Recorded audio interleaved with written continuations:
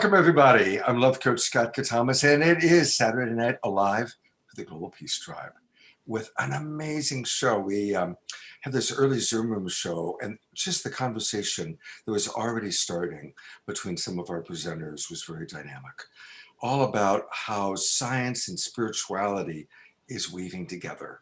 You know, there's an interesting little factoid. Did you know that about the most ancient spiritual texts that have survived are the Vedic scriptures, written about 7,000 years ago? And in the Vedic scriptures, God, known as Brahman, is given 26 principles. Now, of course, our most modern science is quantum physics, where we have determined that the unified field is kind of this ever-changing field of molecules. And guess what? Our scientists have assigned 26 known scientific principles to the unified field. And those 26 principles of the unified field perfectly correlate with the 26 descriptions or principles of Brahman written 7,000 years ago. How amazing. And that's the world we're living in, where our science and our spirituality has come together. It's a very beautiful, beautiful thing. And we're going to hear from amazing people. Some of our favorite presenters and some of our favorite musicians are all here tonight because it's a night of the Global Coherence Pulse. Once every 3 months, we collaborate with Teresa Collins and Global Coherence, and tonight is one of those nights. So you're going to see Teresa in a moment. She's going to be primarily hosting the show. We've got a great show. We do want to thank Wendy Grace, our sponsor. Thank you so much, Wendy, for making this show happen. And we want to thank all of you for watching. And for those of you who are watching on Facebook, hey, come on into our Zoom room. We've got some room. And it's great to have you in our Zoom room. And it's really easy. Just go to globalpeacetribe.com, and join us. It takes about a minute for you to give us your email address and to register, and then boom, you'll pop right in. And that way we can more easily see your questions, your thoughts. You can dialogue with our presenters. It's really a lot of fun. And there's a lot of advantages. Once we have your email, we will send you on Mondays a replay where you can access the recording of tonight's show. And you can access all 45 previous shows that we've done. We've been doing this since the lockdown began, and it's been amazing. And so if you haven't watched all the shows, there's some great shows to go back and watch. Binge on us instead of binging on Netflix. More inspirational and definitely not a lot more. So with that, I am going to turn it over to my producing partner, the amazing, wonderful Debra Gusti. Thank you, Scott, and welcome everyone to now what is our 46th show that we've produced every Saturday night since the lockdown in April 2020 during these highly challenging but very evolutionary times. And we're midway through our winter season, January through March. And with your support, we are now creating our season 5 Time to Thrive, which is going to be April through June. And we thank you so much for your donations when you register, and the donations into GoFundMe and your ongoing donations, because that's what allows us to continue to bring you these quality shows every Saturday night. And tonight, again, is going to be an amazing show. Our theme is Awakening Our Vast Potential Together. So there's no question that this is one of the most challenging times that our human family has experienced in many decades. And these challenges impact everyone on the planet together. And as many spiritual teachers shares with us, it's when life hands us the challenges that we have great potential for massive growth. So this is really a time on the planet where the opportunity of humanity has an expanded evolution together. And that's one thing that Saturday Night Alive stands for, is that not only does life present challenges, but the opportunity for massive growth together. And together we can inspire each other, enlighten each other, and share the potent, activated energy of deep love that we do on this show and pulse out to the world, as we're going to do tonight, and it's been happening all day with Global Coherence Pulse. And as usual, we have an outstanding group of presenters and musicians on the show, and we'd like to highlight that for you now. We have with us tonight Gregg Braden. He is a 5-time New York Times bestselling author, scientist, pioneer in the emerging paradigm, bridging science, social policy, and human potential. Thank you, Gregg, for being with us tonight. And we also have Dr. Teresa Bullard. She's a PhD physicist, host of Mystery Teachings on Gaia TV, and an international spiritual teacher with the Modern Mystery School. And we have Elijah Ray, who's been with us many times in music, but he's going to be speaking to us from his heart tonight. He's an international recording artist, composer. He's best known for his band of light that generates a full band sound as a one-man band. We will also have Iksho Love, who is a community builder, spiritual midwife, entrepreneur, thought leader, and passionate about the human potential. We have Pete Longworth, who is devoted to distilling the most essential truths and artfully sharing it through his truth drops. And we have Teresa Collins. She's a whole system designer, learning community catalyst, coherence generator. She is the co-producer with us of this show. We'll be bringing her back in a moment. And as musicians, we have the wonderful Matia Washington. She's a singer and songwriter. She travels the world spreading positive vibes with her music. And we've got Cornflower back. His music emerges from the moment connecting to you to your soul, and his voice calls us into deeper presence. And we have Just Magic. She is a heartist, a soul-stirring songstress, and a muse for self-expression and embodiment. Good to have you, Jess. And tonight, our GoFundMe, we are going to be donating to support the Global Coherence Pulse. This is an organization brought forward by Teresa Collins. It's a science-backed social collaboration to pulse the planet with frequencies of love and compassion, joy and appreciation, which they did all this afternoon tonight, also being monitored by global instrumentation and networks. And she's going to tell you more about it. And I'd like to bring Teresa Collins on now. She is an amazing woman. She's one of those persons that brings together high-level information and opportunities. She has worked alongside evolutionary leaders like Barbara Marx Hubbard, Richard Rudd with the Gene Keys, Jim Garrison of Wisdom University, Nassim Harriman. She brings all these people together and creates many massive opportunities for transformation. Her current projects include the Global Coherence Pulse, which happened today, and her new project, the Islands of Coherence Network. So Teresa, thank you so much for bringing your magic to our show tonight. And please share more about what we're going to experience here tonight. Yeah, thank you so much. I wondered if we could go on gallery view, and we have all of our speakers here and we can just see everyone. Can we do that? Yeah, we're on gallery view. Here we go. And you know what? We've got to mention Wendy Beautiful. Grace is going to be providing poetry. Well, So just want to acknowledge Wendy for a moment, because we always introduce all the different people that present. So there's Wendy, who's going to provide some poetry, which is something we're excited about. And thank you, Wendy. And she's also one of our major sponsors and helps the show continue. Love you, Wendy. Yeah, definitely. So I'm just going to share a little computer sound too, just to have a little background sound as I'm talking, and you can let me know if that works okay, just volume wise with both things. Is that all right? yes, it's good. This is a little music by Gary Malkin, who was going to be on our show tonight, and we decided to have him on our May show. So just this is a little bit of Gary, just kind of in the background. I know he's watching, and he's probably feeling really happy that I brought his little bit of sound in.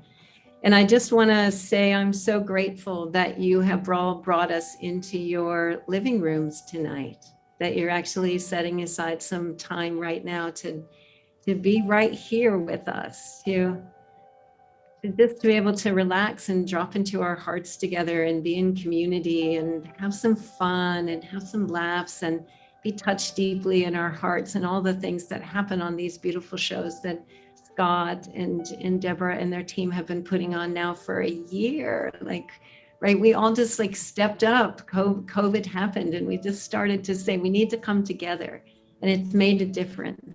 And so thank you guys for that.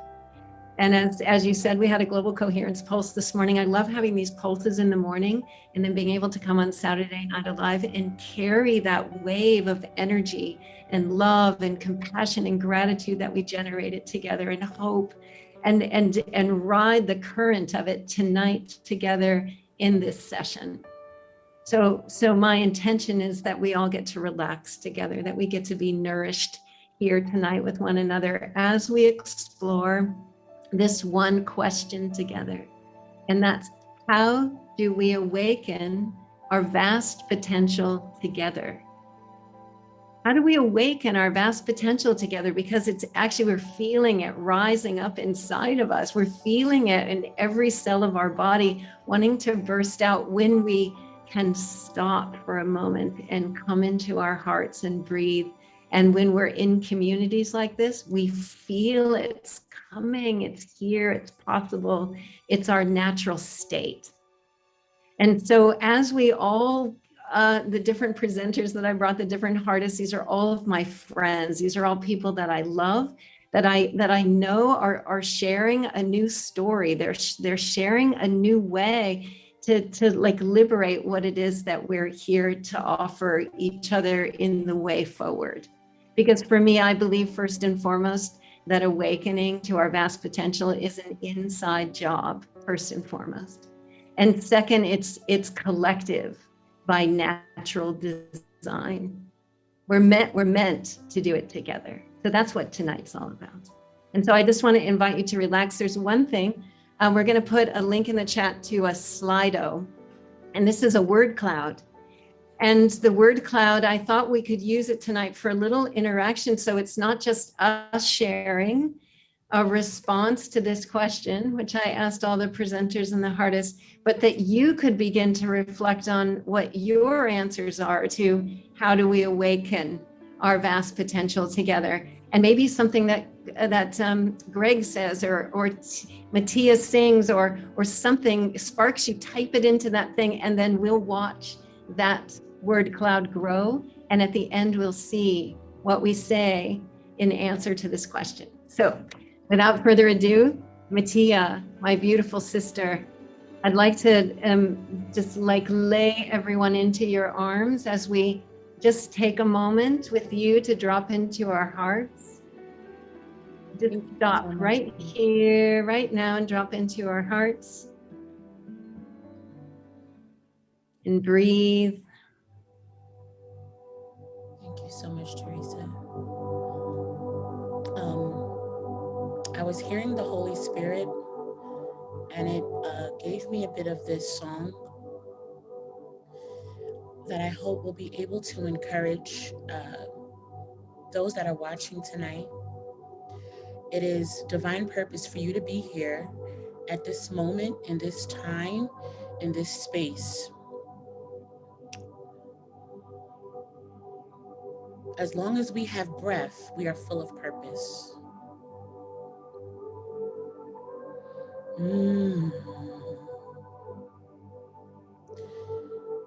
There is peace down inside you. We must let go of the pain that we often share in this cold world.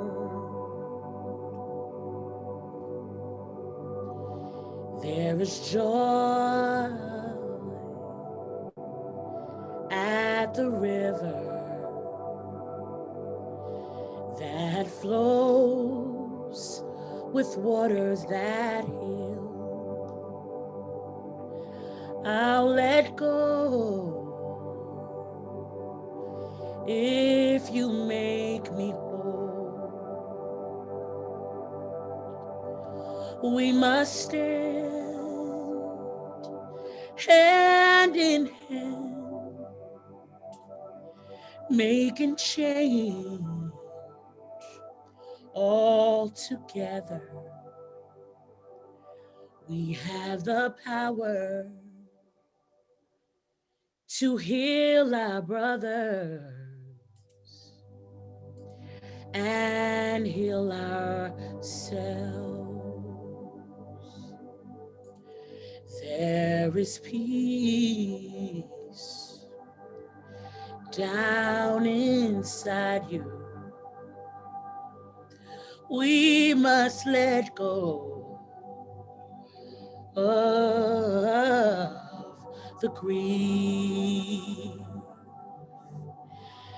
that we often share in this cold world. We can make this change together as we hold each other's hand. We have the power to make the difference. We have the power to heal ourselves. Free, free, oh, free, free.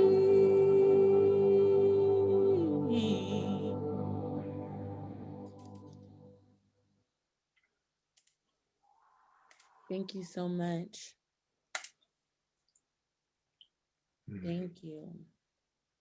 Oh, I so appreciate the beautiful place that you just brought us there. Like I really want us to be here tonight in the fullness of our experience, right? That's in the glory and in the pain, in the need for healing and in the need for rejoicing.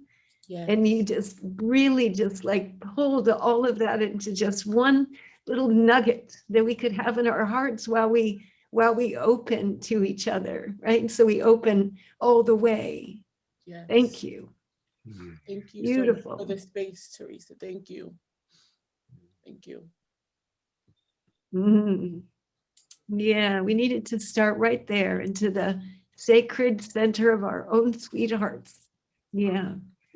Thank you.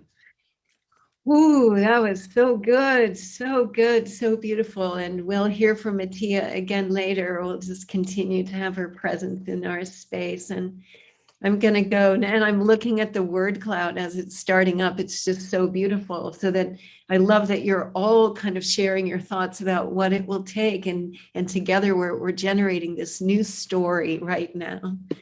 And I want to next bring on my brother Pete Longworth. And first, there's a little special slide. Saturday Night Alive Truth Drops with Pete Longworth. We had Pete on the first show, or the last show that I did for Saturday Night Alive, and I brought Pete on to do his Truth Drops. And we really said, you know what, these need to be a regular feature in Saturday Night Alive. So Pete, I'm really excited that this is the first time for us to bring that forward. And Pete is a photographer and a visual poet, and he is so much fun. I love you, Pete. You're so much fun. And of all of the people that I've invited to have an opportunity to share their presence, no one has stepped up to the plate in the same way that you have every time I've asked you. And I'm so proud of you, and I love you so much. And the world needs more Pete.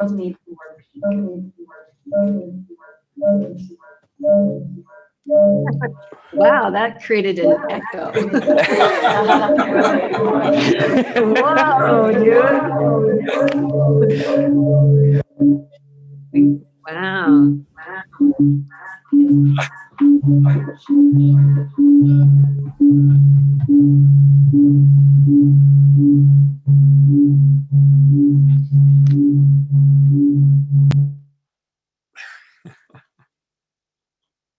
That was cool. That was You're off, Pete. Let's put you back on. Oh, you're muted. Well.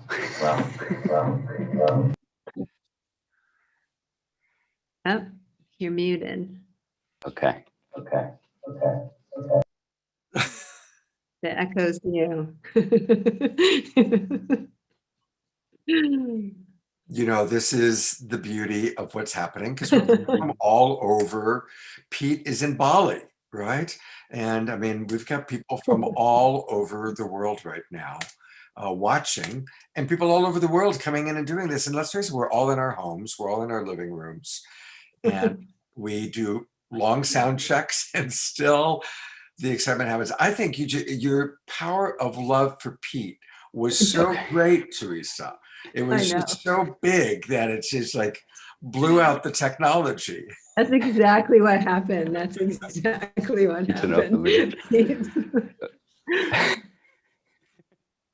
All right.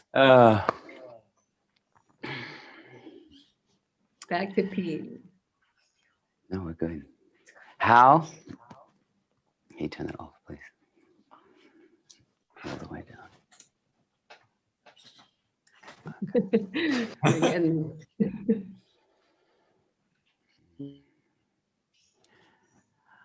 How do we awaken to our vast potential? We choose. We choose to turn down the noise and turn up the creativity, to awaken the artist within.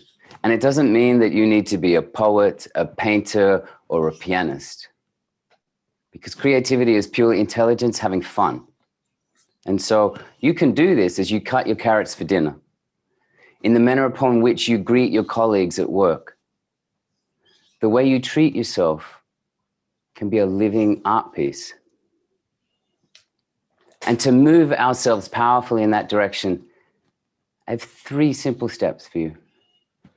One is inspiration, education, and action. Indulge yourself in inspiration, seek education, and take action. And so we're going to take a little waltz down the yellow brick road of these 3 pieces. And by the end of this, I'm going to offer you an invitation and provide some practical post-it notes in how just 7 days and with just 1% of your time, you can powerfully awaken to your vast potential. And so, number 1, inspiration. Find your inspiration, the thing that lights you up, the thing that tickles your fancy. Surround yourself in it, submerge yourself in this inspiration. And for me, it's always been photography. And as a photographer, it's seen me document everything from orphanages to the Obamas.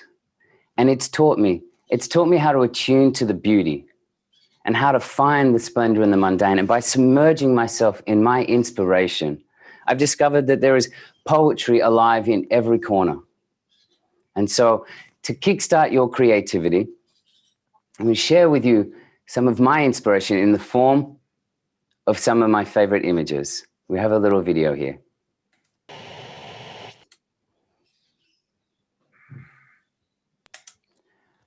Find your inspiration and submerge yourself in it. Number 2, education.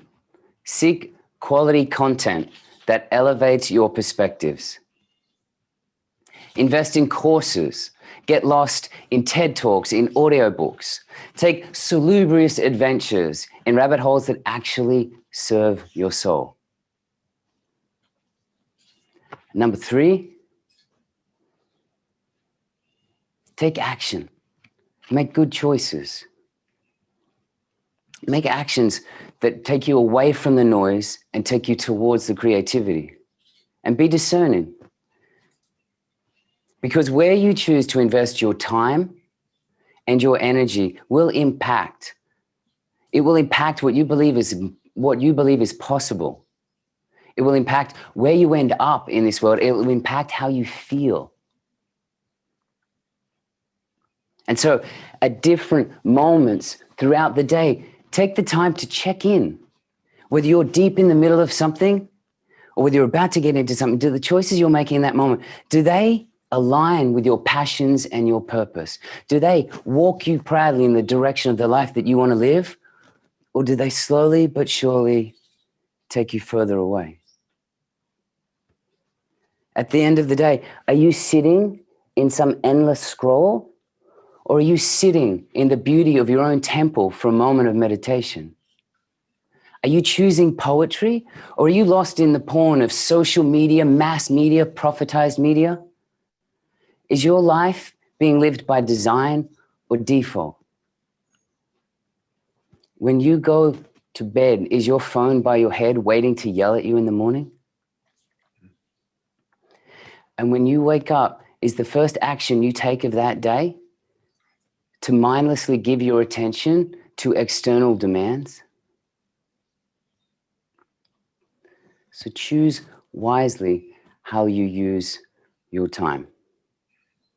And to help with that, I have an invitation or a challenge or gauntlet at your feet that for the next 7 days, with just 1% of your time, choose creativity, whatever that looks like for you.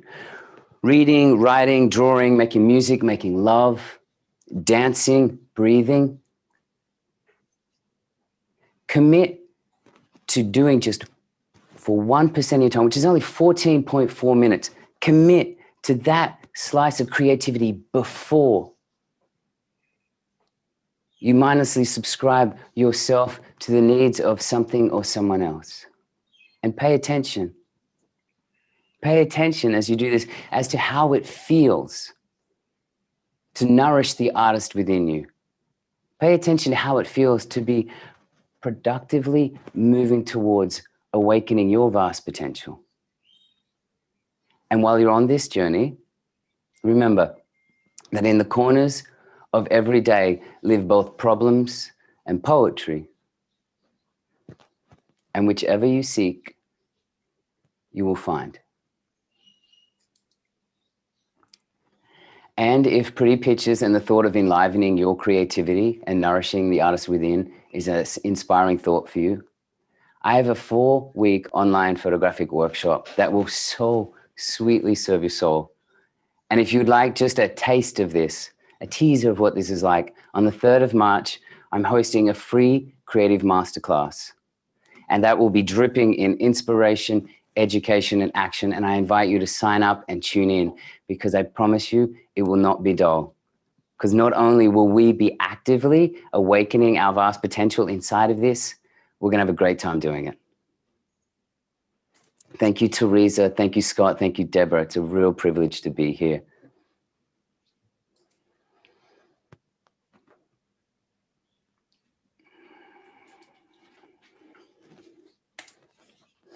Teresa, you're muted. Thank you, Pete. So beautiful. Like I said, like Pete really just steps up to the plate. I love you're in black and white. We need more Pete Longworth. And I love the inspiration, education, and taking action. Super simple. We can apply it in our lives right now. Thank you so much, Pete. We'll hear from Pete again. I saw a note that Cornflower is having some trouble. Is Cornflower not with us? He's out with us right now. So Dr. Bullard is up next. Okay, great. All right. Well, Teresa, let's bring up Dr. Teresa Bullard. Hello, beautiful. Hello, everyone. This is the first time Teresa and I are meeting. I got to talk to her a little bit on the early show, and so excited to bring your love and presence into this, and really love that you bring the ancient wisdom with the science together. That's really something that is close to my heart, and I'm excited to hear what you have to say about our question today, like how do we awaken our vast potential together? Yeah, well, first I want to just say that was an amazing presentation by Pete. So just really want to give some thanks there for that inspiration and very well crafted artistic presentation. And yes, this topic of how do we awaken our vast potential and how do we do it together is such a good question, and it's so relevant for our time. And I want to just give you all a little sense of how vast that potential really is. Let's just start off with what we think, what we consciously think. Most people, when we are actively thinking in our daily waking life, we're maybe only consciously aware of just, some people say 10%, that's not a hard and fast number. But the tip of the iceberg, what we're consciously aware of is just the tip of the iceberg. And yet our brain is taking in data and information from our senses and our environment, from our higher consciousness, from spirit. It's taking in all this information and it's processing it, but most of that is happening beneath the surface of our awareness. Now, what would happen if we could just start to tap into maybe 20% awareness or 30% awareness and start expanding into a level of conscious awareness of higher functions or deeper functions that are going on within our brain? So that's just talking our brain capacity. Now, we also actively only use, or science is only really aware of, maybe somewhere between 3 to 5% of our DNA, that 3 to 5% of our DNA is actively used to build the proteins of our body and the instruction code for the genetic sequence. But then there's this other 95 to 97% that they call introns, or what they call non-coding DNA, that is they're realizing is actually very important, but they just don't understand it. So if our biological understanding of the DNA, which is the blueprint of who we are, is we're only really tapping into understanding about 3 to 5% of it, the rest of that DNA is like, we have so much potential to awaken to in terms of what is our blueprint. And it is potential that we have yet to activate some of it within us. Maybe it's just dormant. It's just, we have, for example, genetic codes within our DNA that could create regeneration from within our own cells, just like a salamander can regrow its tail, for example. That potential is within us.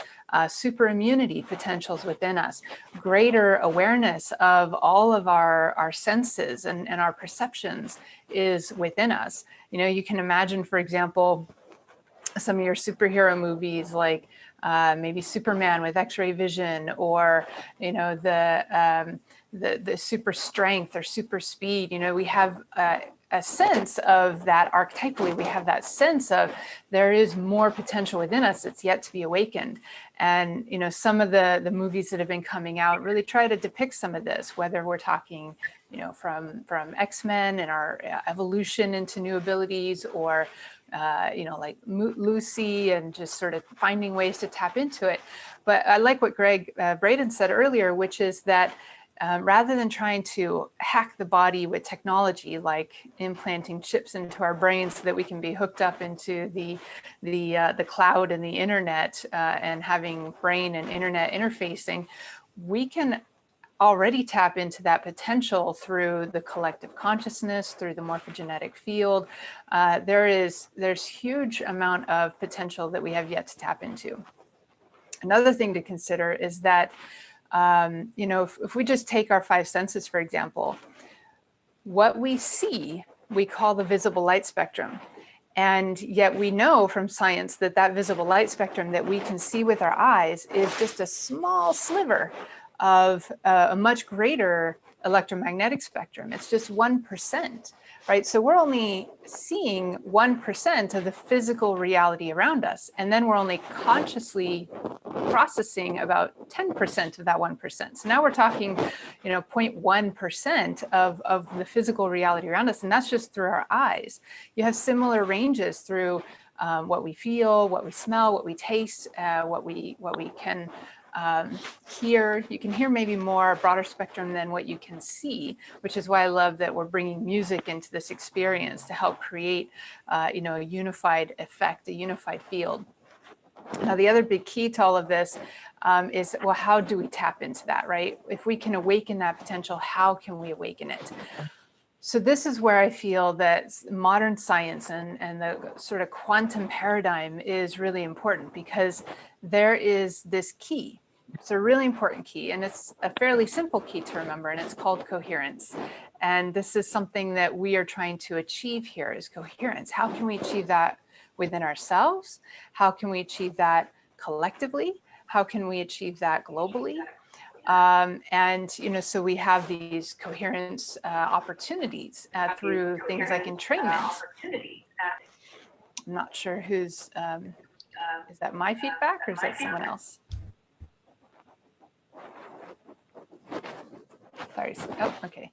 Well, Dr. Bulut, Yes. if you pull your microphone up a little bit, we're getting the scratchy sound. Oh, Or okay. you even hold, yeah, there you go. If you'd hold I'll it. try holding it, no problem. Thank you so much. Yeah. So when we can achieve a state of coherence within ourselves, let's just take, for example, brain coherence. We have all these different frequencies and energies, vibrational levels happening within our brain. Well, usually it's very stochastic or not so harmonized. But when you can start to bring more harmonization between the hemispheres of the brain and from the cortex and down, rather than just only operating in the cortex, then we start to reach a more coherent state. So it's a harmonic state. Everything is in sync. All levels are integrating and working together. You can even then start to work from brain to heart coherence, right? By focusing on breath work, by focusing on gratitude, by focusing, doing meditation. These are tools, ancient spiritual tools that have been on the planet for thousands of years. But now today, modern science is starting to recognize the benefits that they actually have, how it does help us to come into a greater state of coherence. And even all the way down to the DNA, it's been shown. For example, the HeartMath Institute has done some studies that show that when we achieve a state of heart coherence, it actually is communicating with our DNA, because when we're experiencing states of gratitude, of love, of joy, and real positive energy, that causes the DNA coil to relax and to sort of unwind or loosen its DNA spiral, so that the genes or the genetic potential that's stored within it can be more accessible and more expressed. Whereas on the other hand, when we experience things like fear and stress and anger and tension, and there's a lot of that going on in our world today, that is when the DNA will actually tighten its coil and less of our genetic potential becomes accessible to be expressed or accessed. Now, we have huge potential within us, but this state of coherence is really important for us to start accessing more of that state. So having a practice of meditation, having a practice of working, with music and chants and so forth to bring yourself into a really coherent state, practicing gratitude, practicing really looking at things from a positive mindset versus negativity or judgment or opinion, really working with the some form of spiritual practice, whether that's rituals, prayer, meditation, qigong, any of these types of practices will support you. And then we need to work on how do we do that together? So through entraining, we can really work with together, by coming into states of being together and achieving that entrainment where we're all in resonance and we're all focused on the same intention, where we're all, harmonizing into the same frequencies, through collective coherence, which is what we really need to achieve that global shift, that critical mass within the collective consciousness. When we can awaken to that, then that is when we will really be able to help create a spontaneous awakening for the whole of humanity. And it's just a small percentage, maybe 3% of the global population is needed to start coming into that coherent state, maybe even less. Some people say 1%, some people say the square root of 1%. I hope it's the square root of 1%, because then we really have an accessible range of people that we can bring into this kind of state of coherence. But we also need to sustain that. So it's not just about achieving it in a one-time intention, or meditation experience where a bunch of people gather together. We have to sustain it in our lives. And that's the last thing I want to say is just let's create a way of life that is a greater coherence. And when we can sustain that in our lives together, and that, there are thousands of people that start to do that and start to live that way of life, that is when the collective can start to entrain up to those higher frequencies and awarenesses.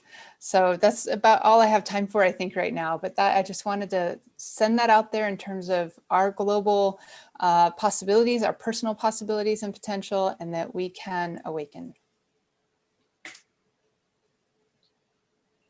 Oh, yes. And this is one of the best methods that I personally have found to start that awakening process at an individual level is through something called the life activation, which I received back in 2001, and it completely changed my life. And then I followed that with initiation into the ancient mystery school tradition. So if that's something that you want to experience, it is done as a one-on-one session. There's practitioners all over the world who are trained in how to conduct this life activation session. It will start to awaken your spiritual blueprints, your DNA, and you can contact us at teresabuller.com, and we will be more than happy to get you connected to a local practitioner near you.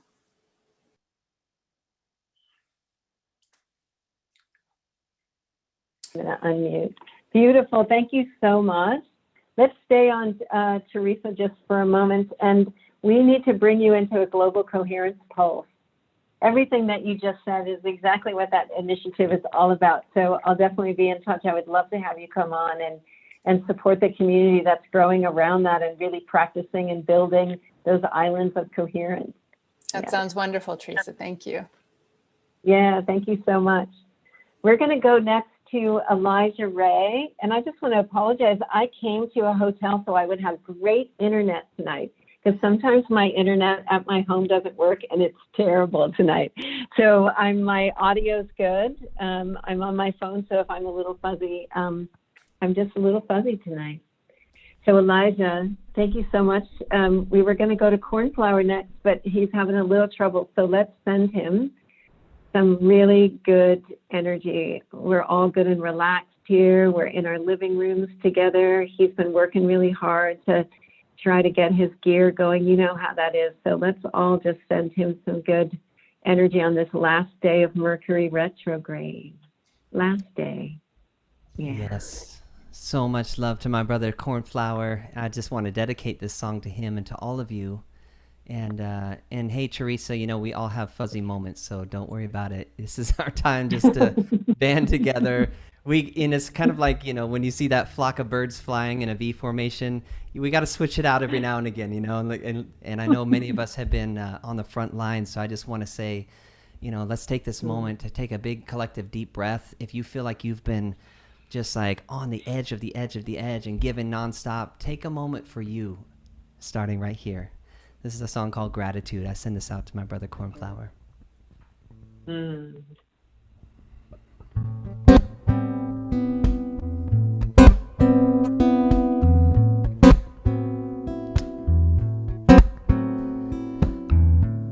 Oh la la la ya, la, la. If everybody could just think of something you're extra grateful for about this moment of your life. And like a master alchemist, just put it into your heart's fire and just bubble it for a little bit. Just brew some gratitude with me.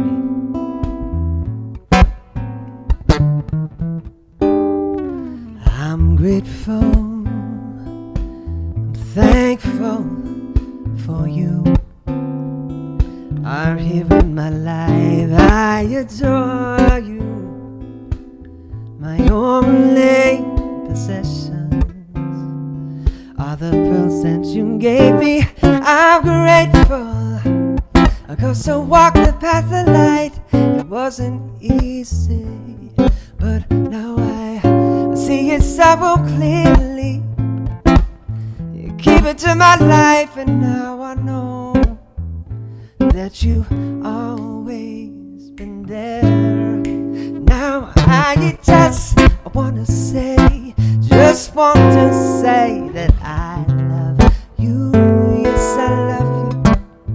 Yes, I just wanna say, just want to say that I love you, babe. Yes, I just wanna say I'm grateful.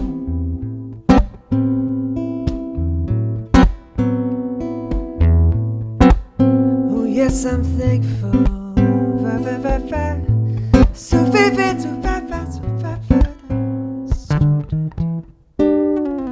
I'm growing, yes, I'm flowing like a river, and I'm not going to stop. I'm a giver, receiving my lessons, and I'm counting my blessings. I'm grateful, 'cause to walk the path of light is getting easy. Yeah, 'cause now I see it so clearly.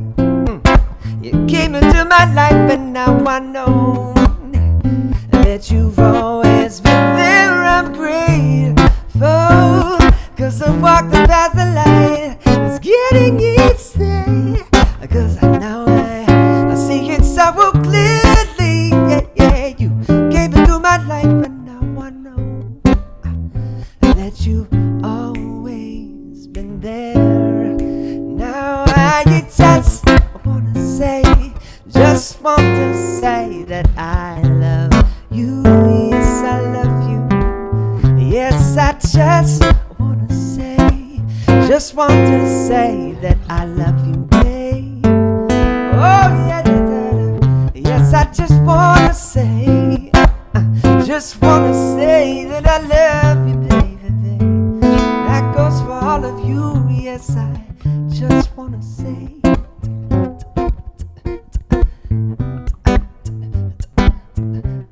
I love you, Teresa Collins. I love you, Just Magic. I love you, Isha. And Petey Pete. I love you, Brother Scott.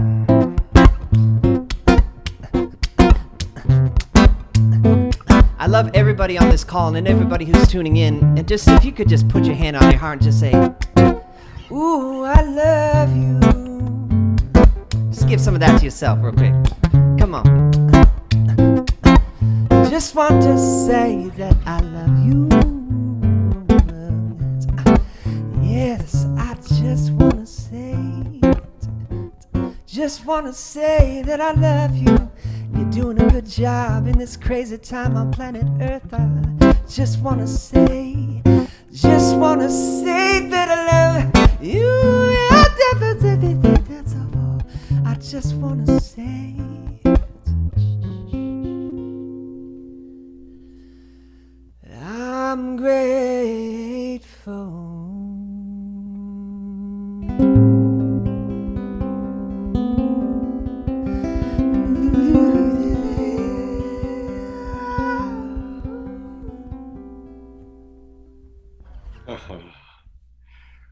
We love you, Brother Elijah Ray. That's just so gorgeous. Oh, thank you, family. So much. Amazing. Just amazing. Wow. And he's going to be back with more music and a presentation. We're going to get to hear him speak words. Thank you, Elijah Ray. Thank you so much. What a concept, huh? Yeah, what a concept. Words. Elijah Ray, naked, no guitar, no keyboards. It's really, thank you so much. That's gorgeous. And our audience is going nuts over it. Hey, I want to I get to share with all of you that we're really always kind of growing the show and trying new things. And so I'm going to show a promo video for one of our upcoming shows, all about our love of animals and an opportunity for all of you to participate. So here's a wonderful video put together by our beloveds, Jay and Jan.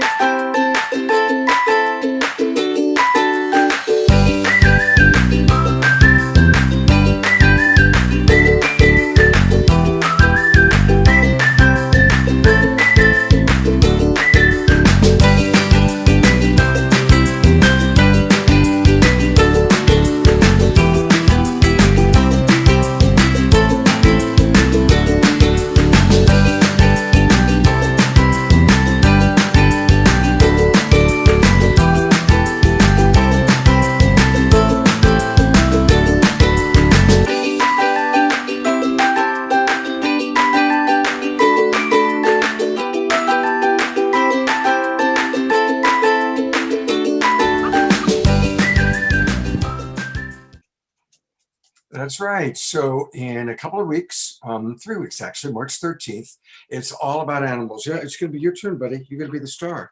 That was his sister that you saw running in the video.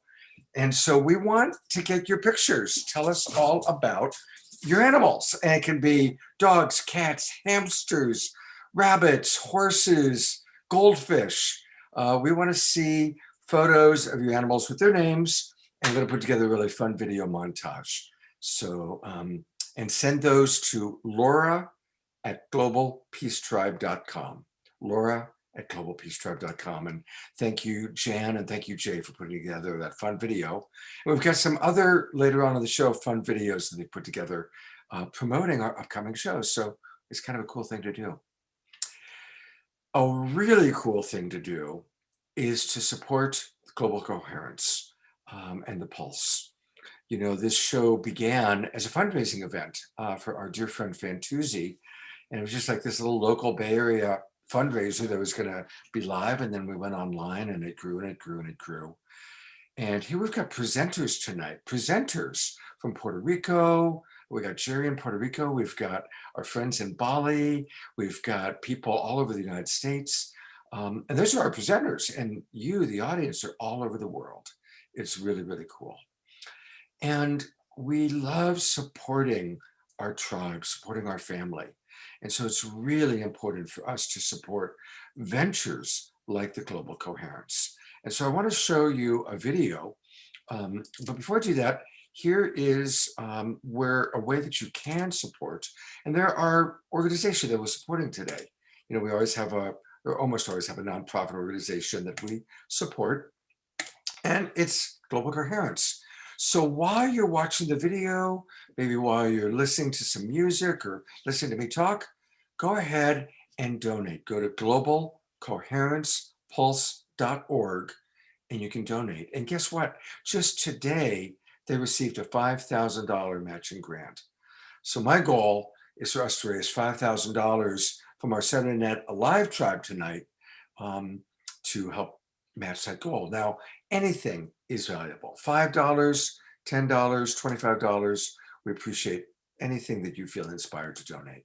So, so watch the video, learn a little bit more about Global Coherence, and go donate. Here we go.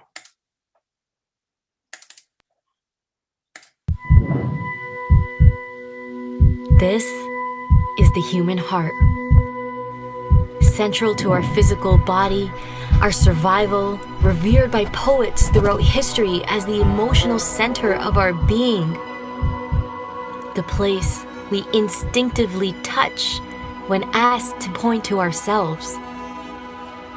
And now, what we have known intuitively is being understood scientifically. Researchers are unlocking a new science of the heart that could change everything we know about health and our interconnected nature. Coherence is a state of balance between heart, mind, and emotions, creating a favorable cascade of neural, hormonal, and biochemical events that benefit the entire body. But this phenomenon not only benefits us personally, it affects everything around us, emitting an electromagnetic field that can be measured up to 3 feet outside of the body. When you are in coherence, your heart resonates at the same frequency as the Earth's magnetic field. This frequency positively affects everything around you. When a group of people are in coherence together, this effect is magnified. Could communities synchronized in coherence lower violence, accelerate cooperation, and global harmony? This is the purpose of the Global Coherence Pulse. If we can measure the impact of thousands of people in coherence at the same time, it could lead to a breakthrough in understanding the full potential of the human heart. All you need to participate is your presence and your heart. To take it to the next level, join the research study by downloading the app and getting an HRV monitor to measure your personal coherence.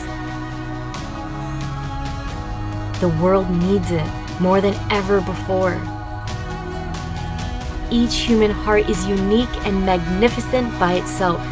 But imagine what could be possible when we unify.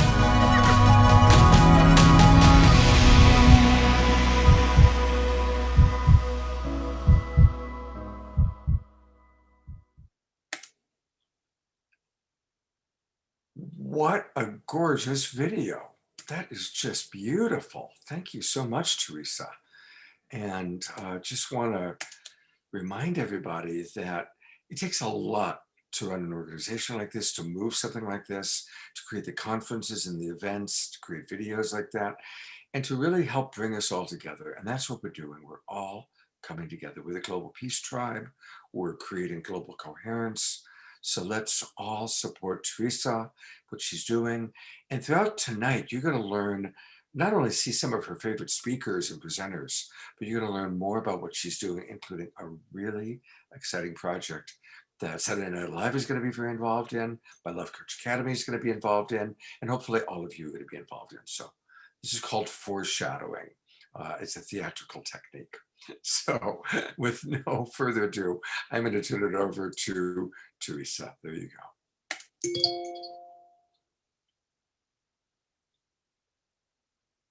You're still muted, Teresa.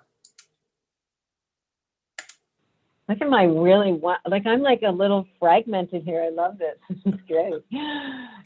Yeah, thank you all for considering making a little donation to the Global Coherence Pulse. We've done it as a labor of love, and it's nice to get a little bit of energy from the community. I think it's really important that, like, as we choose to have where we put our attention and what we put our energy to and what we invest in, things that are empowering us to drop in deeper, to cultivate more coherence in our life.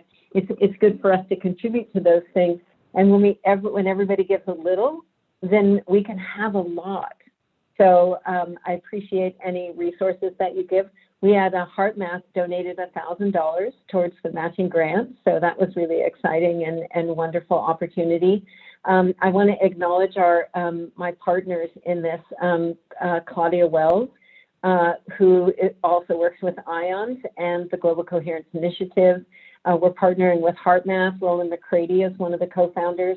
And it's been an initiative with lots of different partners coming in and participating every month in pulsing the planet with more love. So let's do that right now in anticipation of welcoming in my friend Gregg Braden. And maybe you can bring him on screen, because Gregg was our guest speaker today for the Pulse. Gregg, thank you so much for your beautiful presence and what you shared today. It was powerful. You gave people a real idea of the potency of what we're doing when we actually pause and come into connection with our natural state of heart-centered coherence. So thank you. I love you. I'm not going to share your credentials because you've already been introduced, but I just want to say one thing is that you are one of the most elegant and gracious men that I've ever met, consistently, always. And I love your courage, and I love what you're sharing right now, and I love how you're sharing it, because we can take it in with our hearts wide open, and we need to hear more, Gregg, right now. I love you. Thank you. Oh, thank you so much, Teresa. I love you too. Scott, brother, what a beautiful, beautiful job you have done tonight. Whoever your team is that put together this panel, it couldn't be more perfect. And, we don't rehearse these things. And it's interesting because when we're asked to speak, me as a speaker, when I'm asked to speak, I know what I am choosing to say in that moment. And by the time you get to me, so many people have already said what I wanted to say. And that tells me that we are even more connected than we have even suspected in the past. And I appreciate it very much. So I'm honored to be here tonight. I'm really honored to share this virtual stage with so many of my dear brothers and sisters, some that I've known for over 30 years. And I want to welcome everyone in the world, everyone in this planet. Thank you for sharing a little bit of your evening with us, for inviting us into your homes, into your living rooms, or wherever you are, where you're watching this broadcast. There's so much that I would like to say. I just want to make sure I'm going to set my timer. So much that I would like to say, but I want to speak directly to this question that you've asked, Teresa, because it's a really good question, and I'm going to restate the question. How do we awaken our potential together? When I have asked this question to other people, it often is interpreted as, how do we do this simultaneously? And I think biology tells us that it probably does not happen simultaneously. We are learning together and awakening in the presence of one another. But on this planet, we're in a big relationship. We're in a big marriage on this planet. And just like any marriage, it's rare for all partners to excel at exactly the same rate and time. It's rare for all partners to find new paths to explore at the same time. And I think this is where we find ourselves today. We are in this together. We are awakening together, but it's not a simultaneous awakening. And I think this is really a really important nuance, because as we begin to awaken, I think it's important for us to be really kind to ourselves in the awakening process, because often it is the result of the breakdown of belief systems that have served us for our entire lives. And I think we're all feeling that our belief systems are being pushed to the very edge of who we believe we are. Our belief systems are being tested. And the ones that are based upon true and honest and factual information, those belief systems are sustaining us. And the ones that are based upon the false assumptions of obsolete science and the programming of our past from a story that no longer fits, those are the belief systems that are falling away. And it can be a really frightening experience when the things that we have once held to be true in our lives suddenly are no longer true. And this is where the science, I think, is so important, because we've asked science to tell us who we are in the world, and science has done a really good job. The information that science is sharing is being cherry-picked, because some scientists don't like the answers that the science is revealing.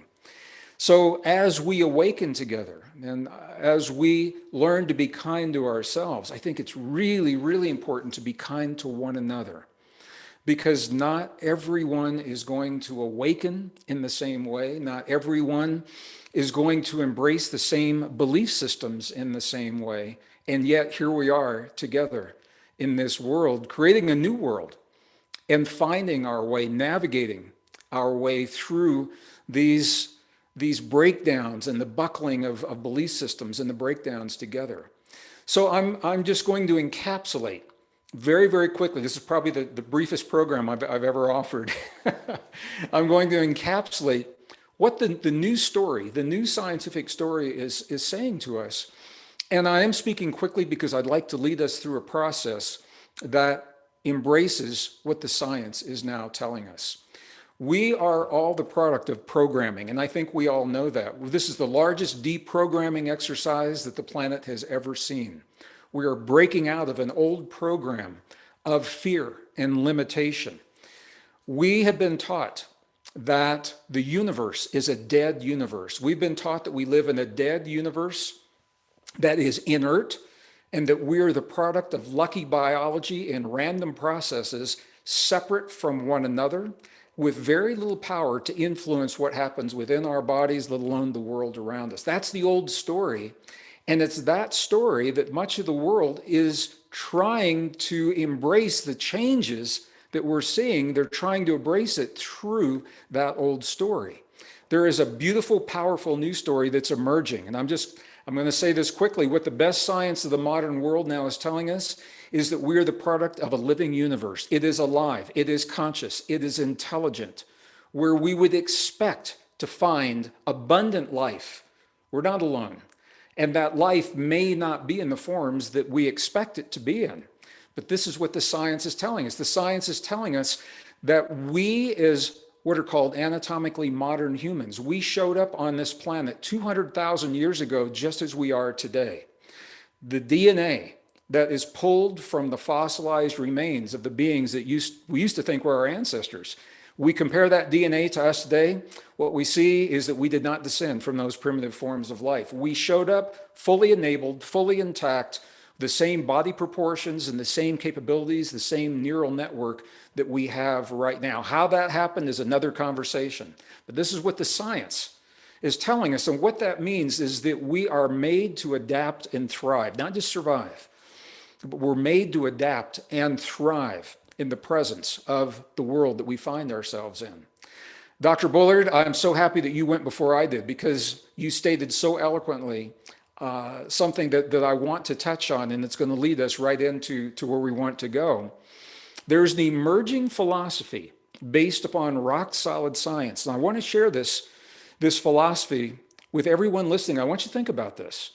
The philosophy suggests, the scientific philosophy, that consciousness informs itself through its creations. Consciousness informs itself through the things that it creates. What that suggests, we are consciousness. It suggests that the things that we create are our way of reminding ourselves of something about ourselves in the time that we need that something. So our art, our music, it can be entertaining, but it may be much more than that. It may be us reminding ourselves of what's possible through our paintings and our drawings and our music and our language, through our poetry that we're going to hear tonight. Think about this. If this principle applies, it applies to technology. It means that this technologically advanced world that we're building outside of our bodies is reminding us of who we are inside of our bodies. In the pre-show, we talked about this a little bit. And what I want you all to know, I am a scientist, and as a scientist, having worked in the high-tech world, I've seen some amazing technology, and to this day, I have yet to see technology built in the world out there that does not mimic what you and I already do in here. In the cells of our body, every cell of our body is a capacitor, it's a resistor, it stores information. We are photon emitters, photon generators, photon receivers. Every cell in our body is 0.07 volts of electrical potential.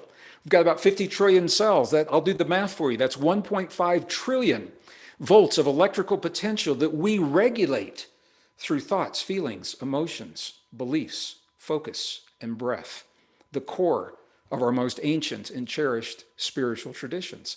And this is where the work of Dr. Bullard and myself parallels in many respects, because we've spent much of our adult lives exploring the indigenous traditions that remain today and the ancient wisdom left from the past that helped us to embrace this ability to self-regulate in a way that science, the new science now, is only arriving at many of these understandings.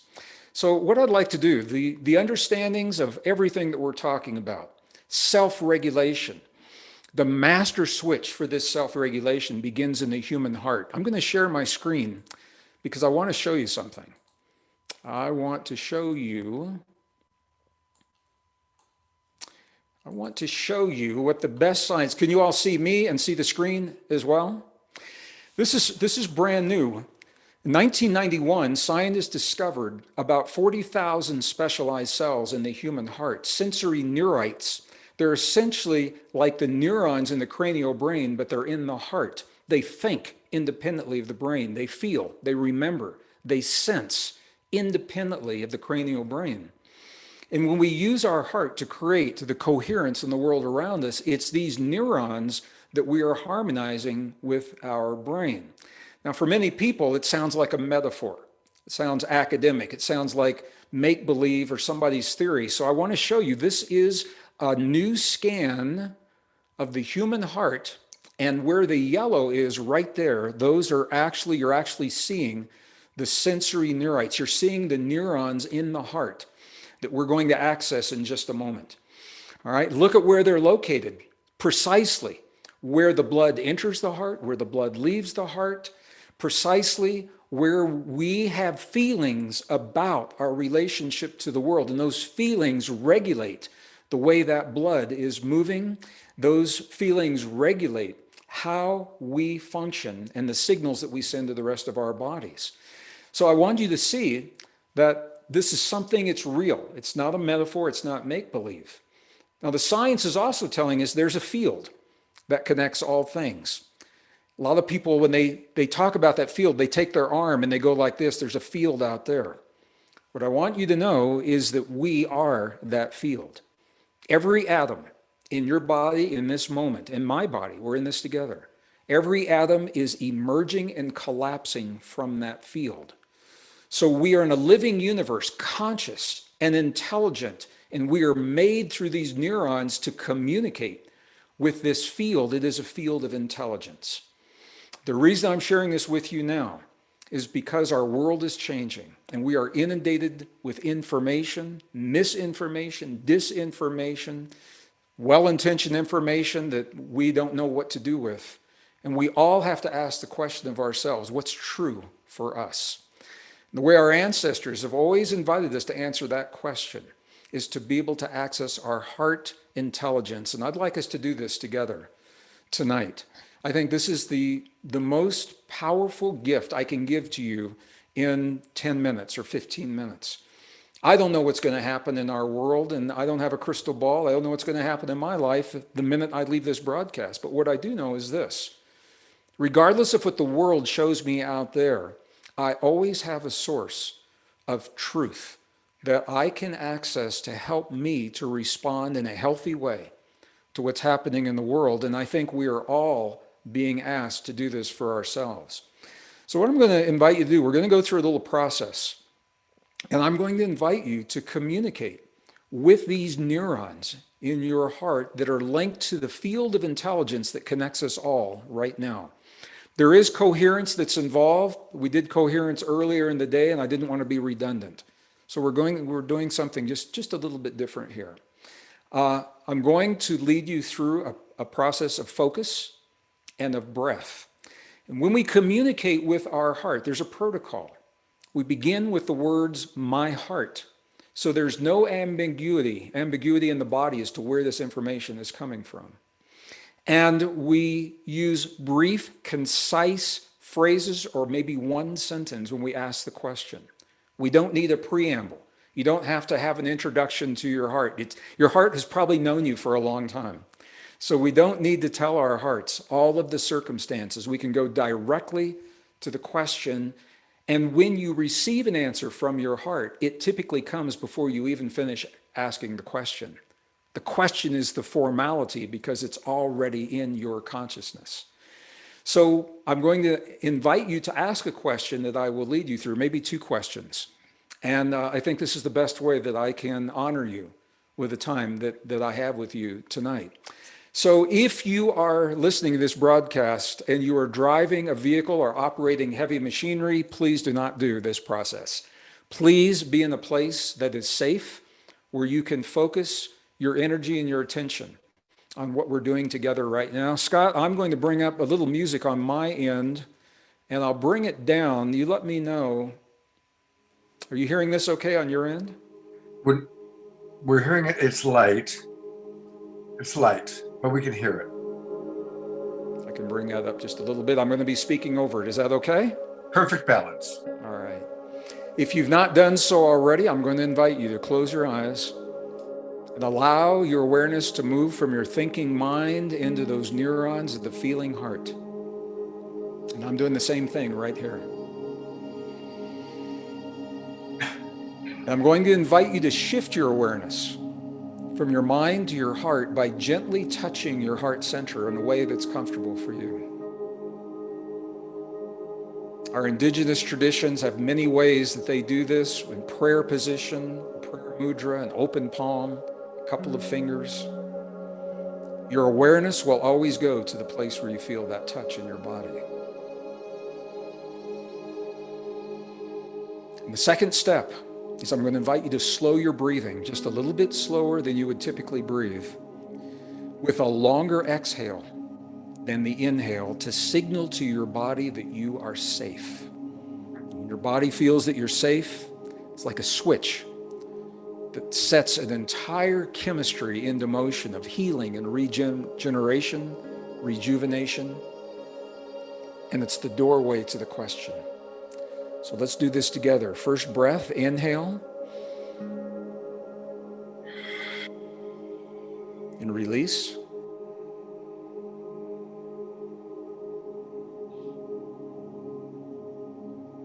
One more time, inhale. Just feel that shift in your body.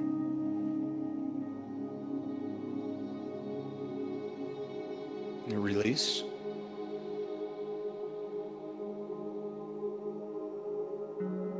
One more time. Inhale.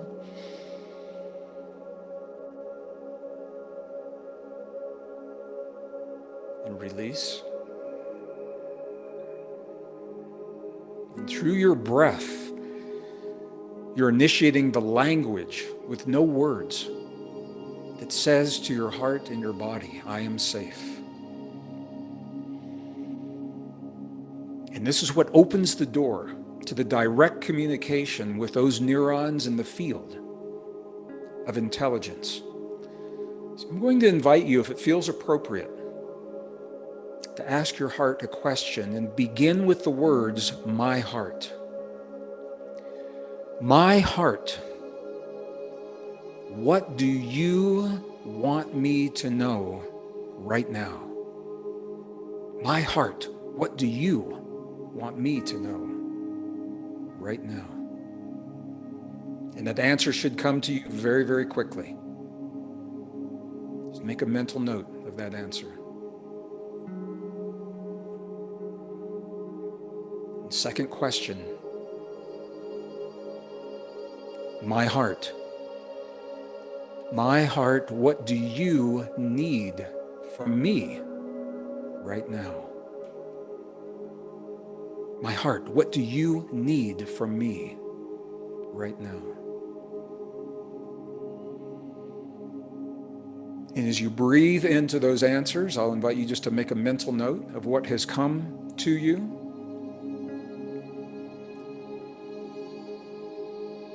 And if you gently begin to open your eyes and become aware of the space where you find yourself right now.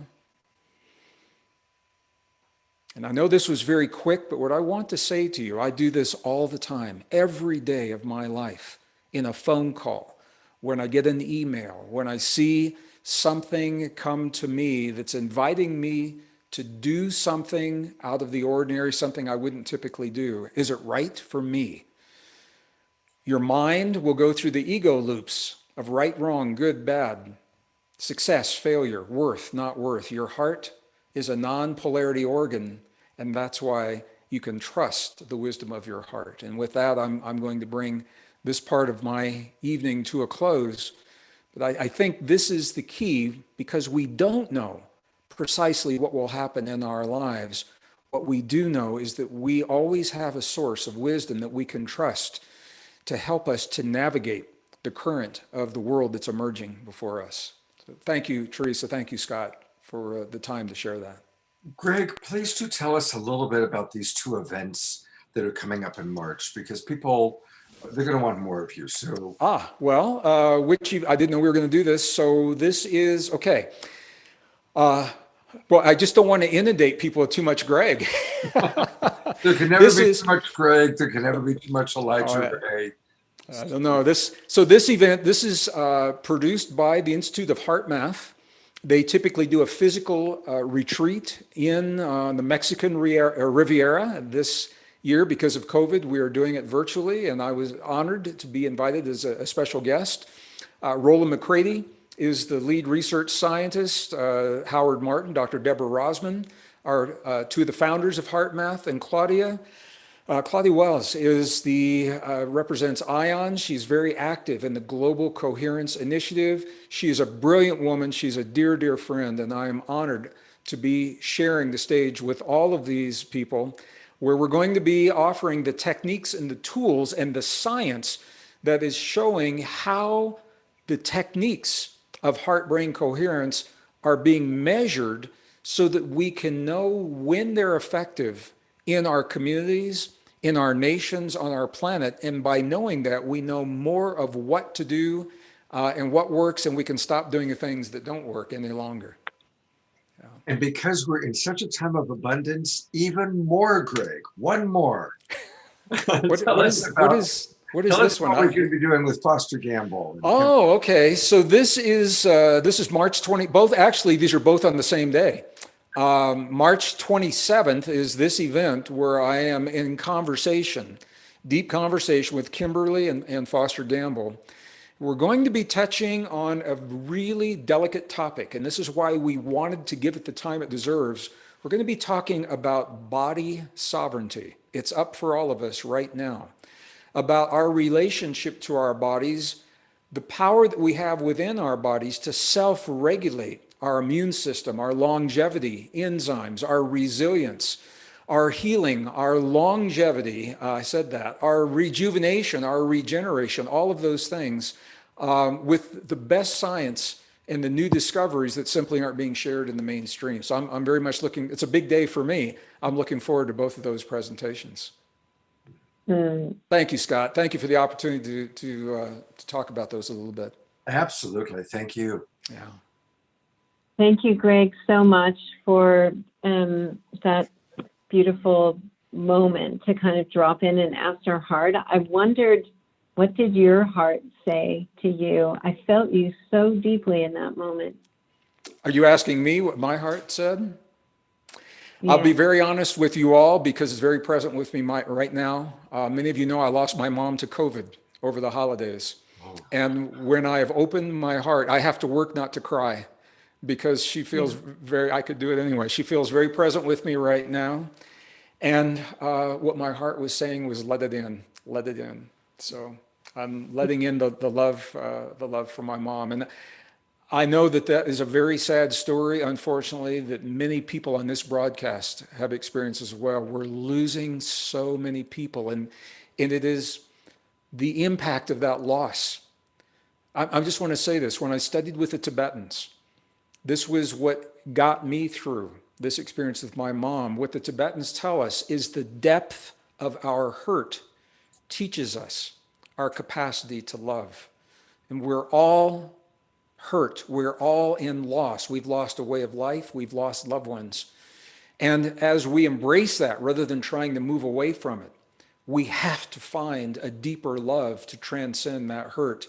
And this, I think, is a big part of how we awaken together, Teresa. Gregg, I'm so happy that you shared that. I actually was feeling your mom. I was actually feeling your mom today, and I want to know what you got. What does your heart need? What does Gregg Braden's heart need right now? What does my heart need? Well, when I asked that question, so this is meaningful for me. It said it needs me. So I have filled my life with things that have become diversions from the hurt of my loss. And I think this is what my heart was. I'm in this with you all. I mean, every time I do this, I get a very real answer.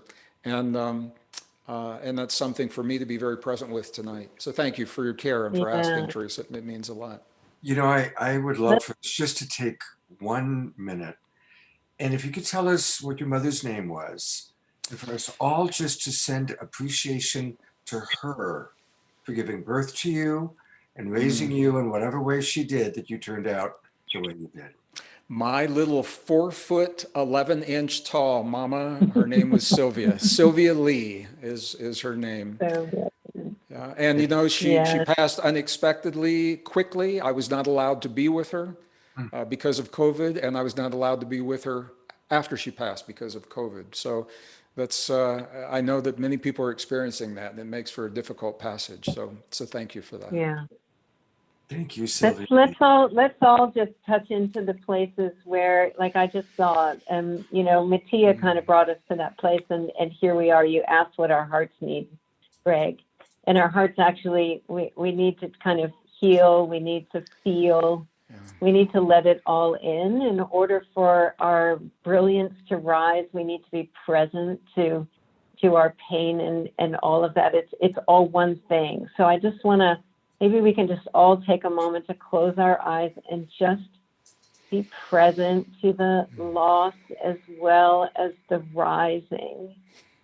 And let it all be right here with us right now.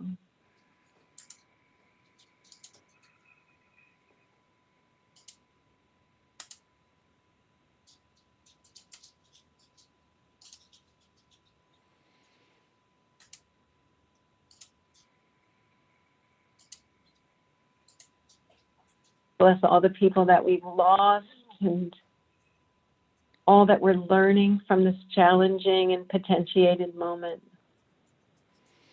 Just bless it all.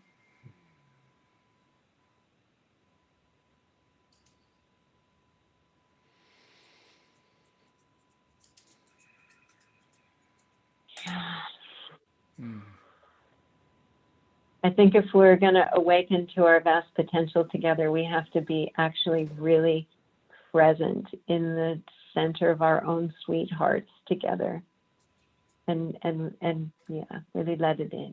Thank you for that, Teresa. I love you so much, Gregg. I just can't say it enough. I hope that we can be dancing and playing and doing more together soon. Thank you for being with us. You're very welcome. I look forward to that, and it's an honor to be with this beautiful family, this global community that we have here tonight. Thank you. Yeah, thank you so much.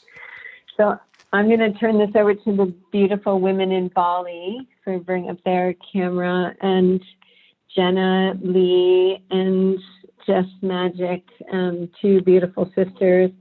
I love that you guys are in Bali, and we can feel your sunshine and your radiance. And I know this is the perfect moment to hand this community into your arms, Mama Jess and Jenna. It really is. Yeah. Just want to really honor that. I'm really touched right now because yesterday Jenna and I got together and asked what was the perfect thing to bring through following Gregg.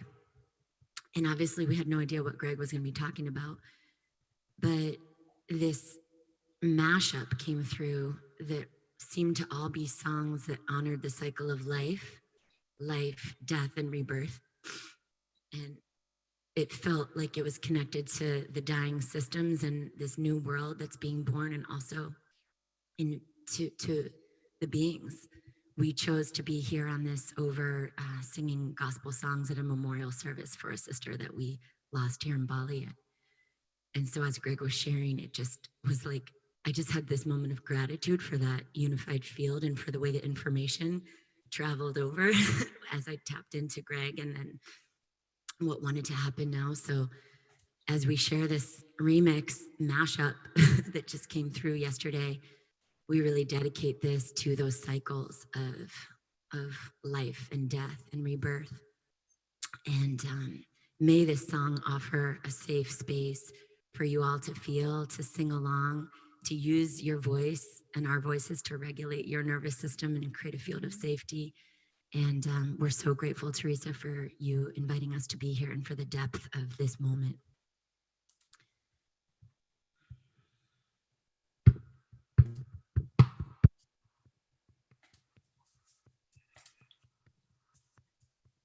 Put your roots down, put your ear to the ground. You can hear what she says if you listen. Put your roots down, put your ear to the ground. You can hear what she says if you're listening. Sweet sound of the water as it moves across the stone. Same sound as the blood in your body as it moves across your bones. Are you listening? Are you listening? One black morning when this life is over, I fly away to a home on God's celestial shore. I fly away.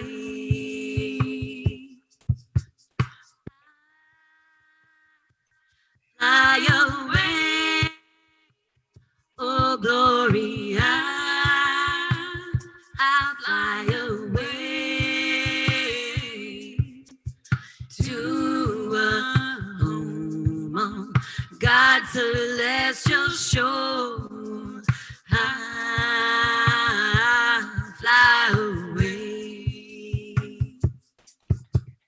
Just a few more weary days and then I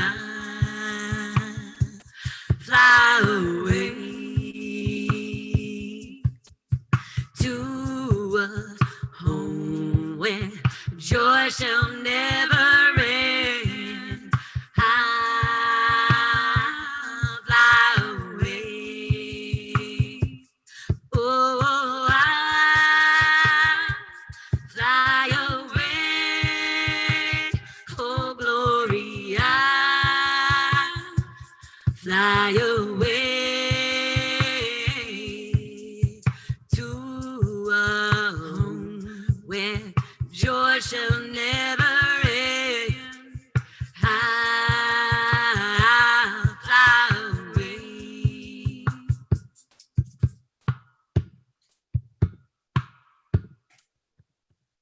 I pray to the mother, I pray to the father, I pray for my sisters, I pray for my brothers, I pray to the mother, I pray to the father, I pray for our sons and I pray for our daughters, I pray to the mother, I pray to the father, I pray for the earth and I pray for the water. Pachamama, I'm coming home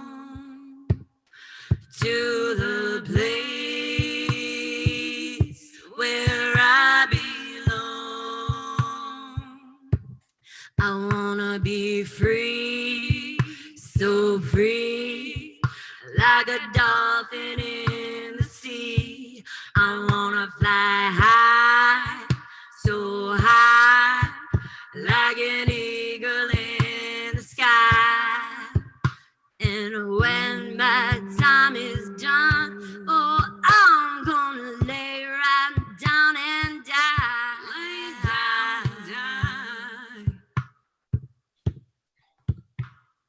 put your roots down, put your ear to the ground. You can hear what she says if you're listening. Put your roots down, put your ear to the ground. You can hear what she says if you're listening. Sweet sound of the water as it moves across the stone. Same sound as the blood in your body as it moves across your bones. Are you listening? Are you listening?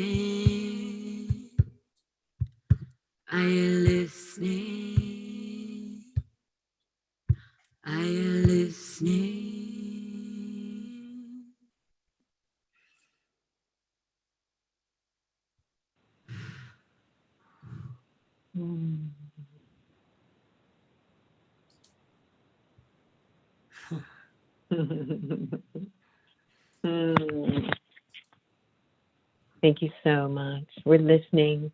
We're listening so deep now. That's the point, right? Like we're starting to really listen so deep that we can hear the sound of our own heartbeat and our mother's heartbeat and our unique purpose. And we can really start shining and showing up for who we were born here to be. Love you, Mama Jazz, and love you, Jenna. Thank you guys so much. Thank you, Pete, behind the scenes, making some beautiful views of these ladies. Scott, I'm going to turn this over to you. I think we're at mid-show time. Oh, what a beautiful show. Every piece, every presenter, the music is just so gorgeous and beautiful. And yes, thank you, Pete, for that great camera work. Boy, I wish we could have that all the time. Somebody going in on all those close-ups. Thank you. You know, a lot does go into these shows. And I want to just invite everybody. I think we all had a powerful experience with Gregg's practice. I know I did, and I saw a lot of the comments. So I'd love to suggest that if people feel so inspired to share any of the answers they got of what your heart had to say. You know, we love including all of you as much as we possibly can. So yeah, if you feel so inspired, please put into the chat box what your heart had to say during Gregg's process. And thank you, Gregg, for giving us the gift of that process and also the gift of your vulnerability. Thank you. I also want to take a moment just to acknowledge our dear friend Jerry Anderson. He's one of our panelists. He's one of our sponsors and producers, and an important part of our family. I'm going to just briefly put the camera on him because Jerry also lost his mother very, very recently. And I saw you crying there, Jerry, during that moment. So I just want to acknowledge you as well. You know, we love you, and likewise grateful to your mother for bringing you into our world. Thank you so much. All right, we are going to, we want to thank all of our different sponsors. A lot of people go to make this happen. We want to thank our broadcast partners. I want to thank Unify. So many of you watch us. We end up getting anywhere from 15 to 20,000 views on Unify alone. So thank you, Unify, for carrying us every Saturday night. And for those of you watching on Unify or any of our other broadcast partners, you can still come into our Zoom room. We have a lot of show left. So you can still come on in. Just go to globalpeacetribe.com and you can register. So thank you. I also want to thank Portal to Ascension, Global Days of Unity, Love Coach Academy, Earthwalk United, so many amazing broadcast partners. And probably the most important is Light Touch. Jay Mayer and Light Touch are a very important part of what makes this show tick. And to honor Jay and Light Touch, we've got a little special video for you.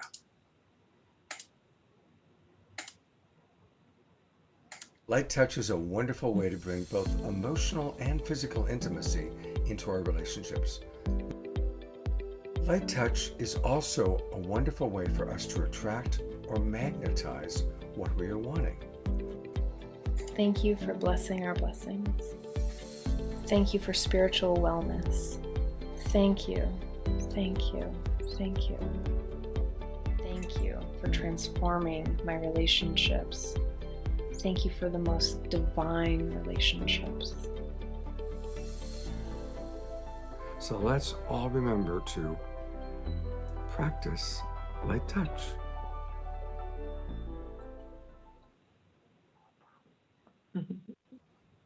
And for those of you who are interested in practicing more Light Touch, just go to light-touch.me, fill out the little survey form. And also several of us get together every morning at 8:30 and we do prayers together. We do Light Touch together. It's just a wonderful way to wake up the senses and start the day. So if you're interested in that, again, go to light-touch.me and come join our group. And thank you, Jan. Thank you, Jay. Thank you very, very much. And again, want to thank a Also, a couple of other broadcast partners that I didn't mention just now. Alan Steinfeld and New Realities. Alan helped put together our show with Mark Sims a couple of weeks ago. We're always going to work with Alan, just like we work with Teresa once every 3 months. We do a lot of regular collaborations, and Alan is one of our favorite people to collaborate with. Also want to thank the Disclosure Fest Foundation, Earth Dance Global, and Humanities Team. And finally, the Sign Network. Hundreds of people, groups, and organizations watching us on the Sign Network. So thank you, Joy and Summer Raymer. Thank you, John Raymer. You guys are great, and we really appreciate the collaboration. Mm-hmm. Finally, I want to thank those of you that have been donating to Global Coherence. And I'm going to just bring that up one more time, because you can still, this is a good time to go in there and donate. Go to globalcoherencepulse.org/donate. And I know a lot of you already have.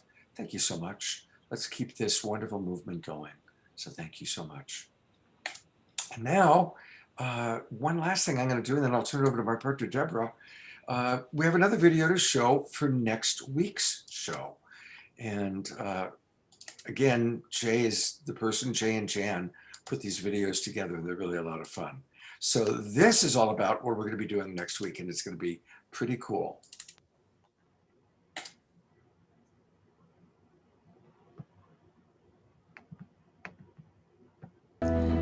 Light Touch welcomes you to next week's Saturday Night Alive. Best tools and practices for optimizing our health. Featuring an all-star cast, including a recorded message from Deepak Chopra. Tree of Life founder, Dr. and Rabbi Gabriel Cousins from Israel. The father of holistic medicine, Dr. Norm Healy. And integrative medicine expert, Dr. Hyla Cass. Energy and Qigong master, Lee Holden. Ashana and Dana with Clarity Breathworks. Also featuring musician Yuval Ron, Andrea Brooke, the Sonic Butterfly, and all the way from Malaysia, magician Andrew Lee. And from Miami, international performing artist Giselle World.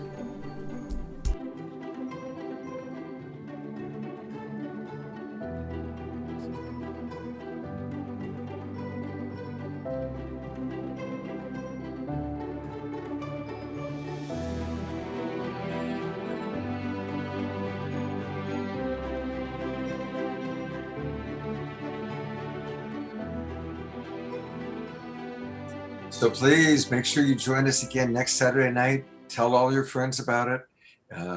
Each show we do is so powerful, so wonderful. And probably the most important person to make these shows happen is my producing partner, Debra Gusti. Thank you, Scott. And thank you, everyone. This has been such an incredible show. Thank you, Teresa. Thank you, all the presenters. And yes, we're going to have an amazing show next week. Thank you, Jay and Jan with Light Touch, for helping to sponsor best tools and practices for optimizing our health. And I'd like to share with you the shows that we're going to have in March. I'm so excited about our March 6th show, Feminine Leadership Changing Our World. Isn't that happening now? We're going to have some really incredible powerhouses, Jean Houston, Rian Eisler, Claire Zamet, Kaya Ra, musician Jennifer Barazon, and we will have Andrew Harvey as our sacred masculine to honor the feminine coming out now and really changing our world. On March 13th, as we showed in the video before, we're going to have understanding and communicating with our animal family. We're having Carol Bassett from Tiger King show, which is going to be great. Light Touch is going to be sponsoring that again, and a lot of other animal communicators. It's going to be an incredible, heartwarming show to honor our animal family. March 20th, we always celebrate the spring equinox portal. We're going to have a lot of great presenters to really activate a new positive timeline that we are creating in our new world. And March 27th, one of our more popular shows, again brought to us by Light Touch, is going to be about Indigenous wisdom, featuring a lot of incredible Indigenous leaders from all around the world. So you can still sign up for our winter season. If you haven't already, I will post that in the chat room. And we also have an opportunity where you can gift this show to other people in your world that may not know about it. You can actually pay it forward and give all this light and love. So I'm going to post that link in the chat room as well. It will say pay it forward. And we are working on season 5, Time to Thrive. So we have been cooking on that with our team and have some really great new topics and some of our favorite keynote presenters coming back again. We also have another week or so that we're going to be working on that. We have a survey that you can fill out if you have some additional suggestions. So I'm going to post that in the chat room as well, because this is really a co-creative experience with all of us tuning into what is the highest that we can work with and move forward for these incredible times right now. So thank you so much. Thank you for your donations. And one more thank you is to Wendy Grace, who has sponsored many shows in the past, and she is sponsoring this show tonight to allow us to bring you this quality that we are now of this show. And actually, Teresa, I think it's time to bring Wendy on. So I think you're about ready to introduce her. And much love to you, Wendy. Thank you. I'm so grateful that we have Miss Gwendolyn Grace on tonight. She is, she's actually my housemate, except for we don't live in the same state right now. She's been in Maui since the lockdown, and I've been in California. So we actually haven't been able to hug each other for, gosh, almost a year. It's been so strange to have that, but we get to connect. And Wendy, I'm so glad that you're here and that you get to bring your voice into this space. And, you know, Wendy has been one of those people who has always kind of supported things that kind of needed that little lift off, that weren't quite the mainstream, right? They weren't being supported by the mainstream because they were part of the new story and the new world. And her poetry and her expression really reflect that. Like, she's really bringing forth a new world with all that she chooses to do. And so Wendy, my sister, my love, I'm so glad that you're on the call today. And I'm looking forward for you to share some of your mother energy with the group tonight. And I miss you. Oh, I miss you too. I miss California. Oh. Yeah. California weighs on my heart. You know, all she's going through. I just want to say something too, just listening, like reading through the chat and seeing what people's hearts said to them. Yes. It like spend time tonight. Like, it's so beautiful. That's really how we awaken our vast potential together, is to listen to what our heart has to say and what our heart needs. And I know that's really what you're going to bring to us too. Mm-hmm. Yeah. I will say my heart said that I am safe and that I needed to be more gentle with my heart. Mm-hmm. When I'm sometimes living inside me is like living on a stormy sea, and I have to be more gentle with each wind. And so I'd like to share these words that I received a while ago, but they're the words that really lift me when I really need them and when I need lifting. And it's called Hold Me, Mother. For me, the mother is the vibration, the presence that's right at the source of life from which we all come. And when I first felt something that I call the mother, I've never forgotten that moment in a dream. But it lifted me. It felt like the softest veils. And I called her the mother. I called her Mary then, but now I say the mother, the divine feminine. So I offer this for our hearts for our heart pain, and for the joy that can come later as we spiral into our healing, especially when we spiral together.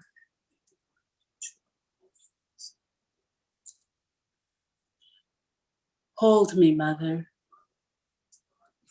in your sweetness. Wash me, Mother, with your prayer. Nurture me within your loving. Hold me in your pure desire.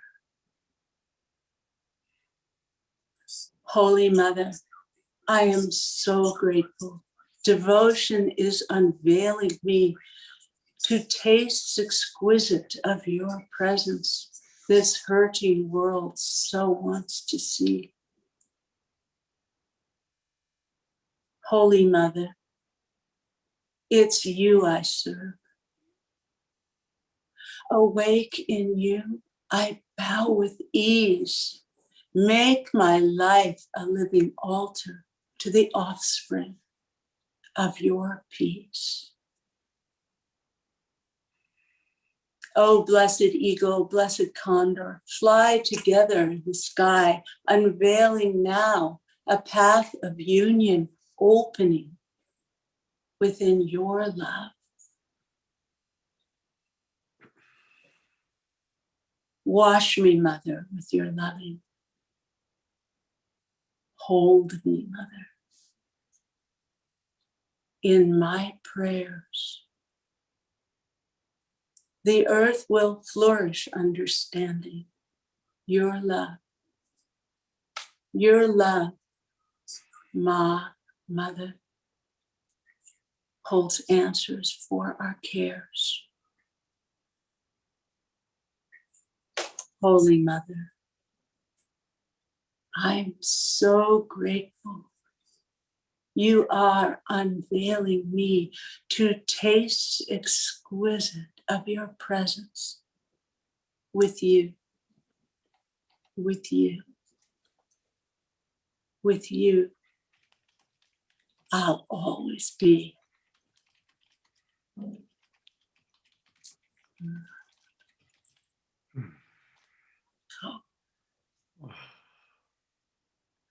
Holy Mother of all life,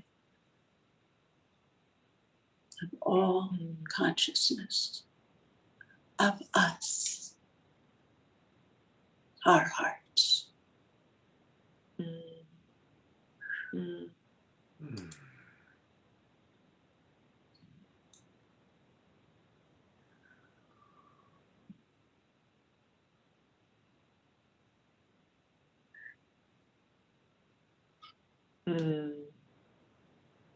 Thank you, Wendy. We need more Wendy. Don't we need more? We needed more Pete, and we need more Gregg. We need more Wendy. Yeah. Yeah. I really love that tonight. We seem to kind of go into the state where we like really feel the possibility and the potential, and we're rising up, and we also return back to that place where the breaking down is happening and the breaking open is happening, and the places where we're really just like letting the nectar of love kind of heal our souls and really kind of nourish us. And I just love that we're doing that. Yeah.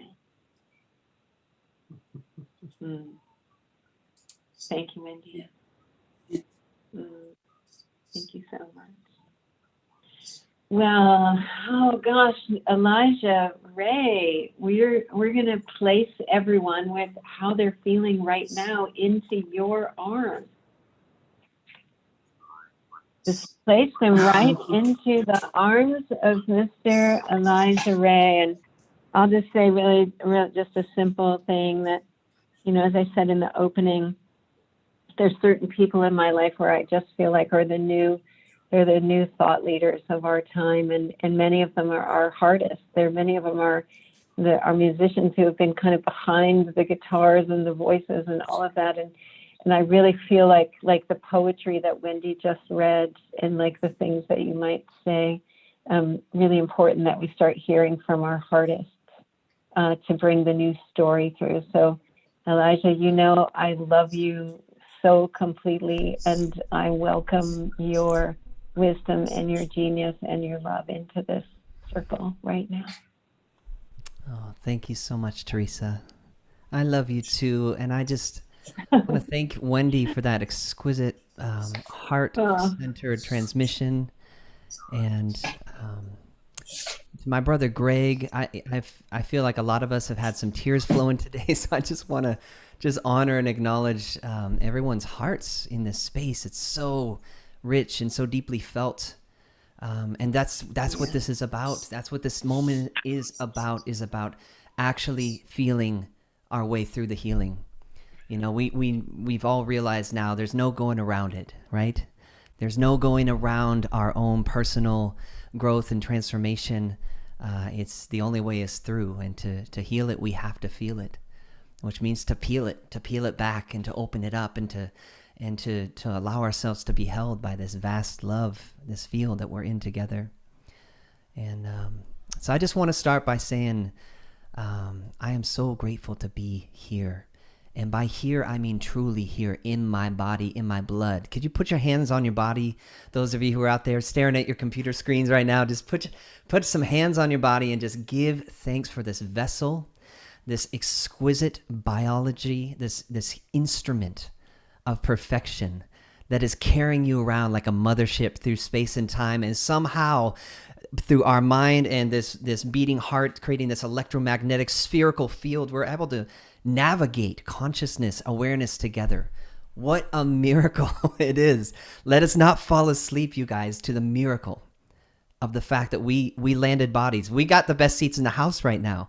It's almost like, you know, the front row at, you know, when you're at the stadium and you get like the box seats and they're like, oh, we got the best seat. We got the best seats, you guys. We got the bodies. So we're in here, right? Our whole galactic family is out here watching going, all right, I wonder what they're going to do. They better use these bodies well because they got the best seats in the house. So because we know that, because we are so grateful to share in this physicalized, embodied experience, that means it's time for us to step down from the high horse of our minds alone and the concepts and the wonderful floaty words and all the exquisite teachings that we've memorized, and we know how to say them, and we know how to show up and say, namaste, brother, namaste, sister, yeah, and we can eye gaze. But then what happens when our mother passes away? What happens when we can't pay the rent? What happens when our sister is going through a heartbreak, or when we find out that child trafficking is happening in our own backyard? What then? That's where the rubber hits the road, as we say. That's where we have an opportunity to actually now live into what's called behavioral intelligence. And this is what I want to present to all of you today, is our next frontier as a community, right? I'm not just going to say a spiritual community. I'm just going to say community. Let's demystify this thing and let's get into these bodies and let's get real that we are a community. We are a tribe. You know, many of us have been without power these last few days, you know, all over the states, and even out here in Kauai, we got hit so hard with storms that I now live in a lake, so I'm on a lakefront property. And so it just brings to bear these moments when we're truly humbled, that we get to take a look around and see what's real. And I think I can boldly present that I don't feel I am alone in saying we've all been humbled this year quite a bit, have we not? We've all been very humbled.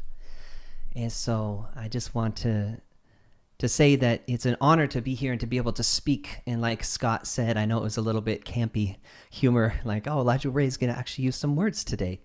And because I'm usually that guy who's, you know, shows up and sings and makes people smile and feel good. And that worked for a while. I did that a pretty good solid 20 years now. I've been in this thing, just showing up and singing and sharing frequency and song and cohering and banding together communities and contributing what I can into the growth of our global family.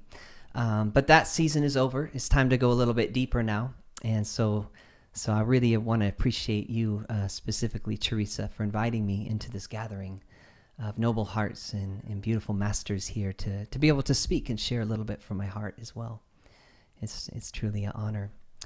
So my name is Elijah Ray. For those of you I have not met, I'm a recording artist. I'm a singer and a presenter. I like to call myself a sonic alchemist because that's really what it is. You know, when I get here in the lab, I like to create alchemy through sound and connection. And I'm also a teacher, you know, so I run multiple courses and master classes over the years. I've been able to hold hundreds and hundreds of, maybe thousands of amazing people through opening their voices and coming more into what we would call authentic expression. And so in the name of all of that, what I'd like to share today is really more of an invitation to all of you to really start using your voice. And I actually just want to just get real time right now. Even as I'm talking and I'm speaking, you can do something really simple for yourself to answer this question that we're all exploring today. And I'm going to repeat that question, which is, how do we awaken our vast potential? Well, the first thing you can do right now is the thing that every baby does when they're born. What happens? You come out of the womb and you start the awakening process and you go, ah, and you make a sound, right? So I want to invite all of you to make a sound. It can be a very gentle sound if you like, or it could be a big sound. It's up to you.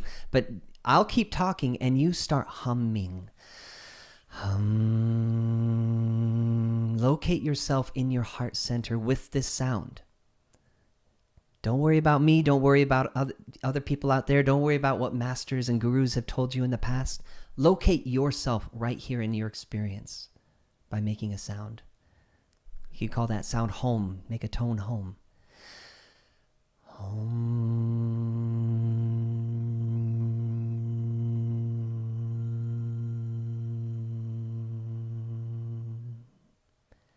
Now, if you would, once you run out of breath, you notice you got to take a breath, go ahead and keep that sound going. Make another sound. Move that sound up or maybe down and see if you can really truly locate yourself in your heart's center.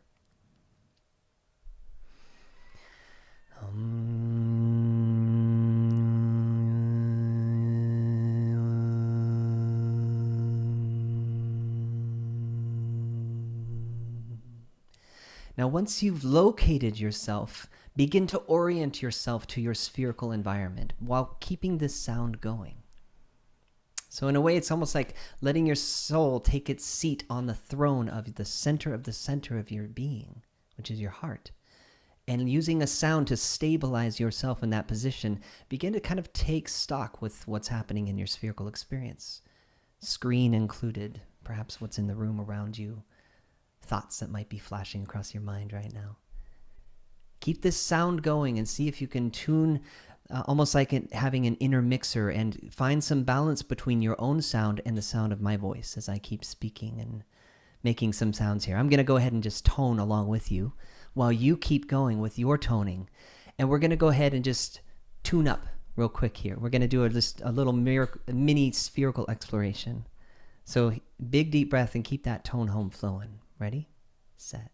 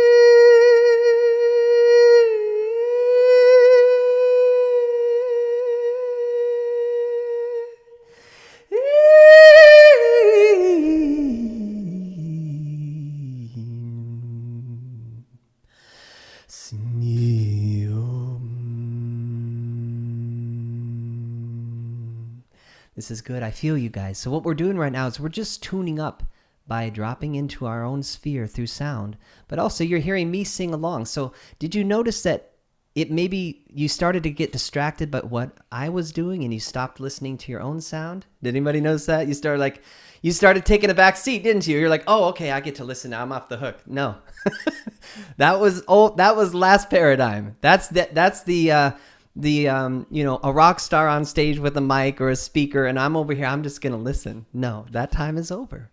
It's now time to participate and to co-create. So even if you don't have a microphone on, I want to invite you and just, I hope I'm making some of you a little uncomfortable right now, because I want to invite you to realize that when we say we're all in this together, this is not some fluffy words. This is not just a nice thing to say and then you're off the hook for the rest of the night. You can go watch Netflix now. No, we're all in this together, which means we are all being called to the front lines of the frequency embodiment mission. So if you're here and you're awake and you're alive and you know you have a role to play in bringing about a more beautiful world and in awakening your own vast potential and that of the whole planet, then I just want to refer to something our brother Gregg said, and I really appreciate you, Gregg, for bringing this up, that it's so important to remember that while we're all in this together, we're not going to all wake up and pop open our vast potential all at the same time. That's not how this thing works. It's very clear by now that there's many, many, many levels to this classroom, if you will, to this university. And so while there are those of us who are already kind of coexisting in 5D and starting to anchor, multidimensional awareness and stepping that down into words and songs so that we can share them in this 3D reality, there's also those who are just literally in kindergarten right now, learning about boundaries.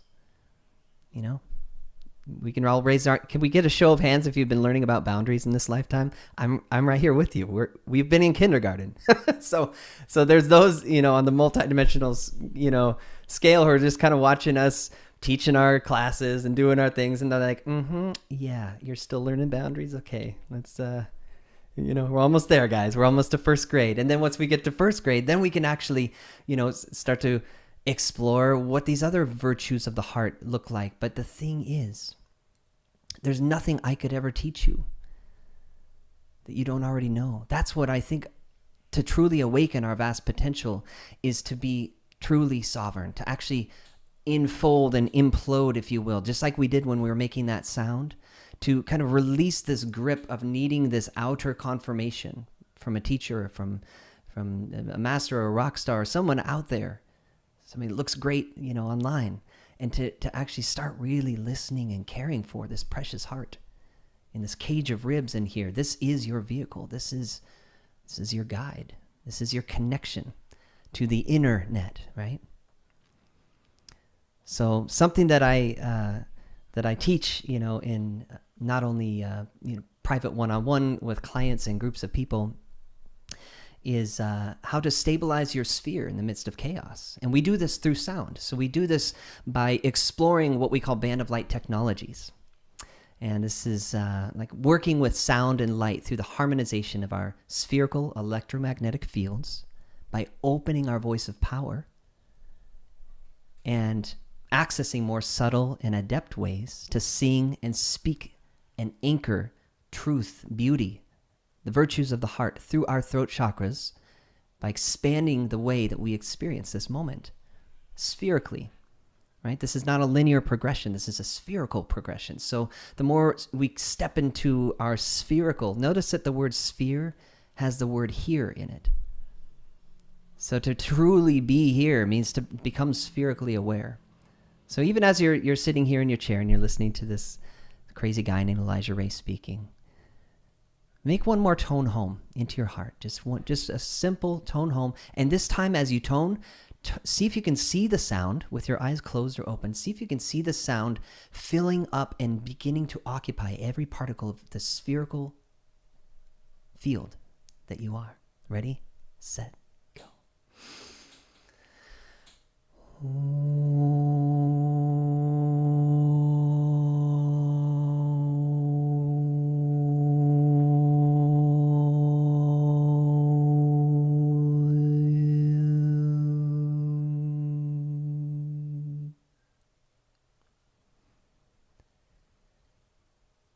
Did you start to feel your own sound filling up the space around you? And could you get a sense of the containment of that field and how by consciously occupying it with sound, you're now interacting and starting to reorganize the particles of the space around you to become occupied, right?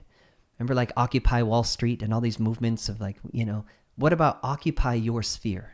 Let's start there, and then we can start to reclaim this planet and our rightful, you know, stewardship of this realm from the, you know, the parasites that are currently in power and banking. We can slowly regain coherence on this realm by occupying our own sphere. So this is what I teach. This is what I love to do. This is one of the most exciting movements for me is a very humble movement, if you will, which is really just about reclaiming sovereignty and understanding how to access the inherent capacities of this vehicle that we're in, called the human body. So,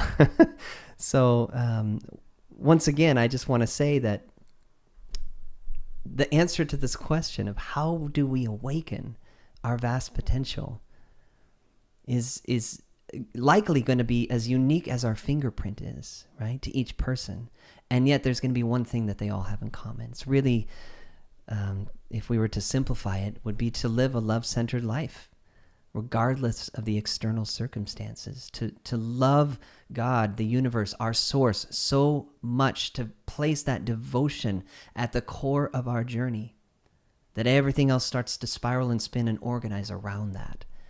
It's like in Wendy's poem, that beautiful sharing, how it invokes that love of the mother, invokes this, tears start to flow because we're like, that's the truth. I'm close to the truth now that I've heard that. I feel closer to the truth. You know, hearing my brother Gregg speak, hearing my sister Jess Magic sing from her heart, I feel closer to the truth. And when we get close to it, we often start then wanting to seek and kind of pad that experience by seeking for more people who are kind of speaking that. But I want to just challenge all of you on this call right here and right now to realize you are it. And to place your own personal spherical miracle and the occupying of your sphere through sound, through heart-centeredness, through coherent behaviors, there could be no greater work than this. Because how else could we actually contribute something to the field that is lasting and true and pure? And if we truly want our contributions to make an impact, they have to be coherent, right? And yet I will be the first to put myself right out there in the middle and say, I've been full of shit in the past. Quite literally. I've had to do 16 years of cleansing and, doing colon cleanses, parasite cleanses, all kinds of detox programs to even get to a point where I feel like my head is enough above water that I can speak from a place where all of my cells are included in my message. Where I can speak from a place where it's not just, some nice fluffy language, but an actually embodied experience that's coming to you live right now from Kauai. And so this is the core of my message, which is really to live a love-centered life. Any child can do that, right? Any dolphin knows the purpose of the universe. Any puppy dog or kitty cat understands the reason for being here.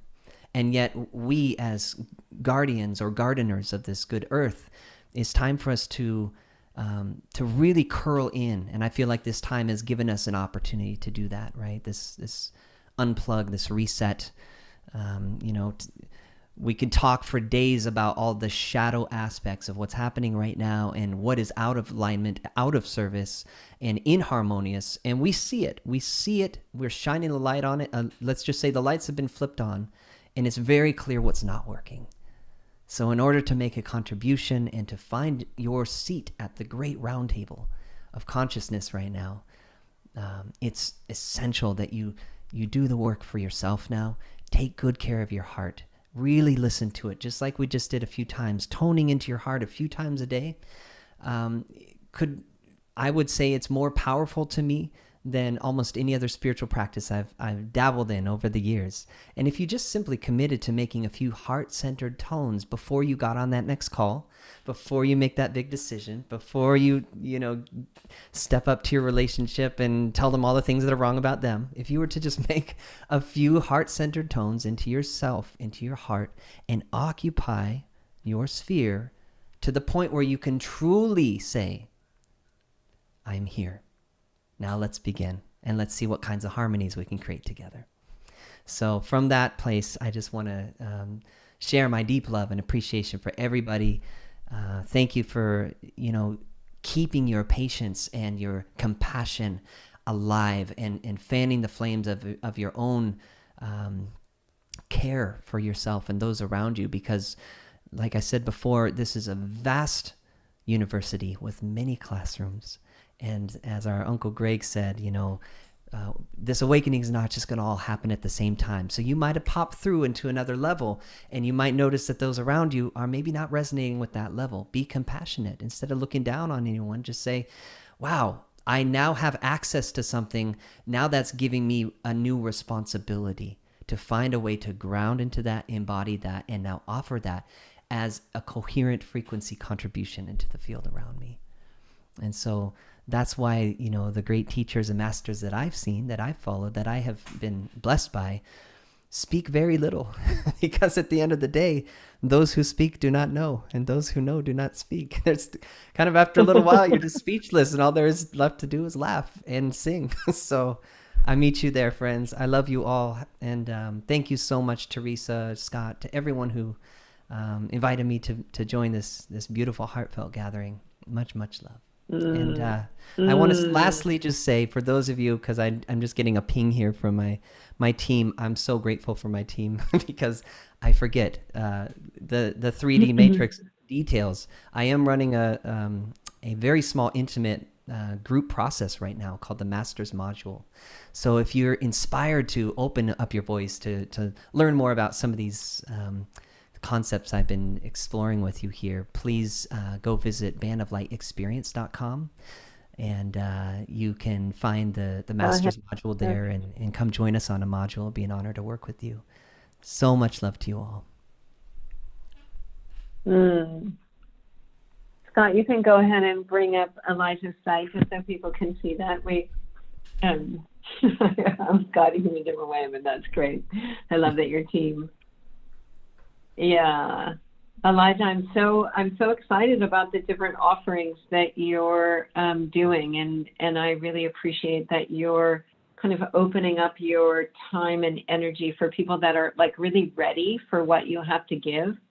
And I think that that's an important part of us kind of claiming our, our home base, our Taurus, right? Our own thing. It's like, what's the current of my purpose right now? What can I be doing essentially? And that's what you were saying, right? So if whatever is essential, put your energy there. And I also appreciated this simple practice of toning home and creating that field around us, that when we are in those relationships where, maybe they haven't quite popped through, that there's really some desperation, there's some real pain happening. The best thing that we can do is actually to breathe and create that space around us and not say a word, but just bring that love through. And I really felt that in what you were saying and embodying. And I'm right there with you. Like, we're the ones right now being called to like really up our game. Yes. Like, no more just talking about it, but let's really get real, that if we can hold coherence in the face of whatever comes, then we'll help the wave of awakening that's coming. So, yes. Thank you. So true. It's often listening that is the most needed contribution into the field. So thank you to all of you who are listening from a space of presence. That's I think a key distinction there. Sometimes you can tell the difference when someone's like listening to you tell your story, and they're like, yeah, and they're like scrolling in the background. The difference between that and actual like true presence is that we can meet there, and then all of a sudden we can almost like quantum leap into solutions that wouldn't have been available without that quality of presence. So thanks for saying that, Teresa. And I see a few people commenting here. The website is ElijahRayMusic.com and also bandoflightexperience.com. They both link to each other, so you can get either way. It's like a big figure eight. But you can learn more about my offerings there. And thanks again for having me. Yeah, it's a beautiful website too. I am really excited about what you've done with it recently. It really has such a beautiful feel. Thank you. Thank you, Elijah. Thank you, and stick around. So we're going to go, the next person that I'm going to lay you in the arms of is Isha Love. beautiful friend of mine. She's one of the Bali sisters. Hello, Ishel, so wonderful. And I felt like really important to bring Ishel in.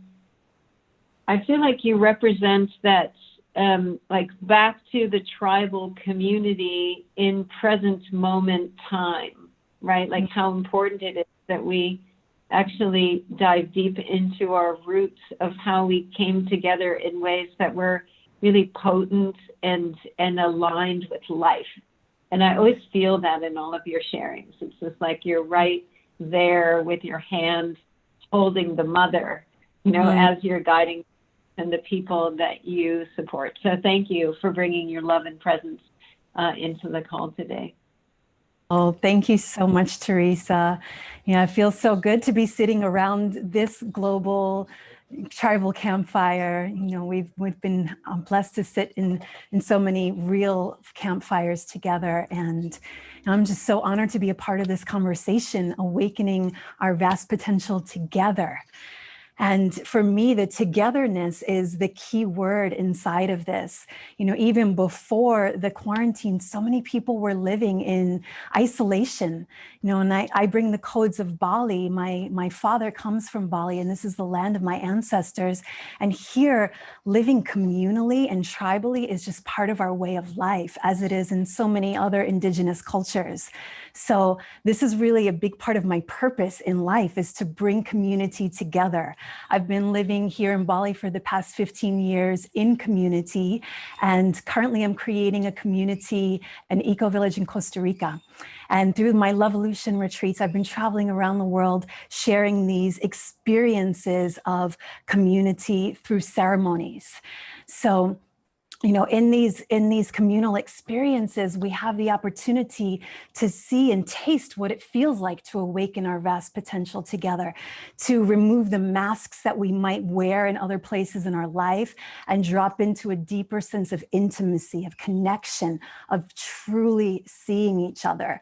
And through this level of authenticity and vulnerability, we come to realize that we're actually all the same.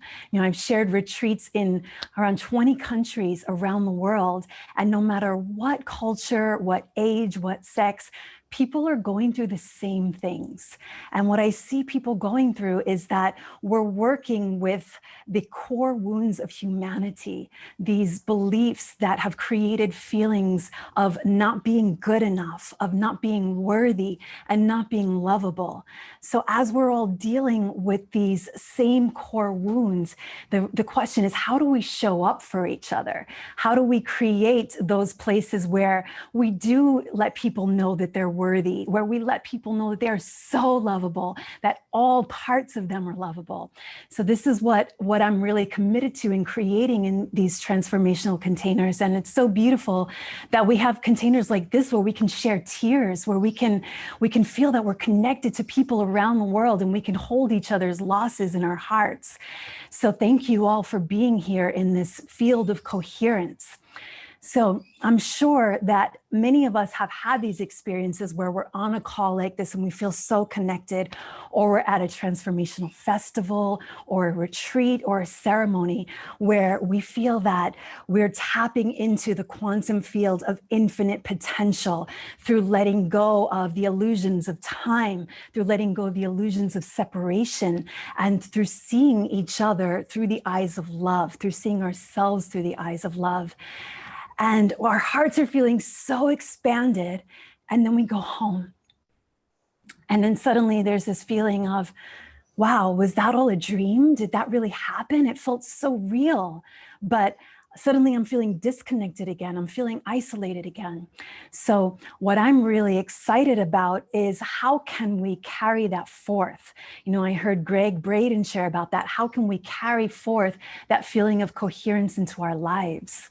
So I've been working with people in private sessions and integrating these transformational expansive experiences, primarily the ones that have come through working with plant medicine ceremonies. And now through the Living Wisdom, I'm creating these integration programs where we can take what we've experienced in these expanded states of transformational coherence community and carry that forward into our everyday life. So we're looking at how we can do that in a holistic perspective. So we're going to start with the mind. You know, I heard Gregg speak as well, and I think I heard Dr. Teresa speak as well about creating this new way of being really starts with our foundational belief systems. So in these programs, we begin to illuminate what our unconscious beliefs are, those things that are limiting us, those things that are holding us back that we might not even be aware of. And we do this by simply looking at what's not working in our lives. We might say that we really want to be in a relationship, but there's a belief there that I'm not safe to love and I'm not safe to open myself up, or I'm not safe to trust the masculine. So we look at what these unconscious beliefs are, and then how can we replace them with empowering beliefs? So in that situation, it might be, I am safe to be seen. I am safe to open my heart. I am safe to let down the armor and the boundaries and the guard that I've had around my heart in order to protect myself from being hurt in a way that I was in the past. And, you know, what's really key as well is what Gregg shared in working with our breath and our nervous system. Because we can say 1,000 times, I'm safe to love and I'm safe to open my heart. But when we're working with that just on the mental level, we can be repeating that 1,000 times and we'll still have that guarding around our hearts. So we work a lot with the nervous system. Now, there's so many different ways that I work with people to reprogram limiting beliefs that I won't be able to share here. But one of the key ways is working with the nervous system. So we see where that trauma was created was a time that we didn't feel safe. And then the nervous system said, okay, I need to shut myself down right now. So we do a lot of somatic practices with the body, and just letting ourselves know that we're safe. Coming into situations with people where we might feel that edginess of not feeling safe to open ourselves, but then practicing, okay, I can let myself be seen right now. I can hold all parts of myself into being seen right now. And then we work with the heart. You know, the heart is really the key to allowing ourselves to tap into the awakening of our vast potential together. So in this situation, we might have experienced some kind of trauma in our lives where we might have felt rejected, we might have felt some shame, we might have rejected ourselves and not welcomed all aspects of who we are. So when this comes up, when we go back into our homes after we've experienced these expansive feelings of connection and coherence, then we can take care of our precious hearts. When there's a part of ourselves where maybe we want to kind of push it away, we can actually call it in and welcome it and say, you know what, like this anger and this rage is welcome right now. You know, I might have not felt safe to experience this before, but now I'm going to call it in, I'm going to welcome it, and I'm not going to judge myself for it. And the more that we let go of the judgment of ourselves, the more we can show up in that space of non-judgment for each other. And I truly feel that this is the essence of unconditional love, as we're creating a world that is led by love rather than fed by fear. The more that we can show up with non-judgment for ourselves and non-judgment for other people, then we can actually create that coherent field of love.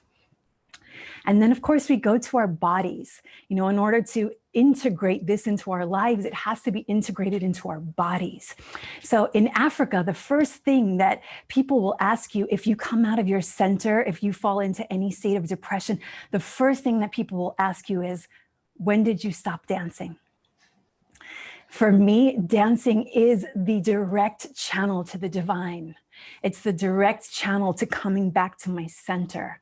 And I'm sure in many of these transformational retreats and festivals, we've tasted what it feels like to be in the ecstasy of singing and dancing together. So that's why I feel that it's so important for us to create these fields where we are united in song and dance together, whether that's in person or whether it's in a virtual experience like this.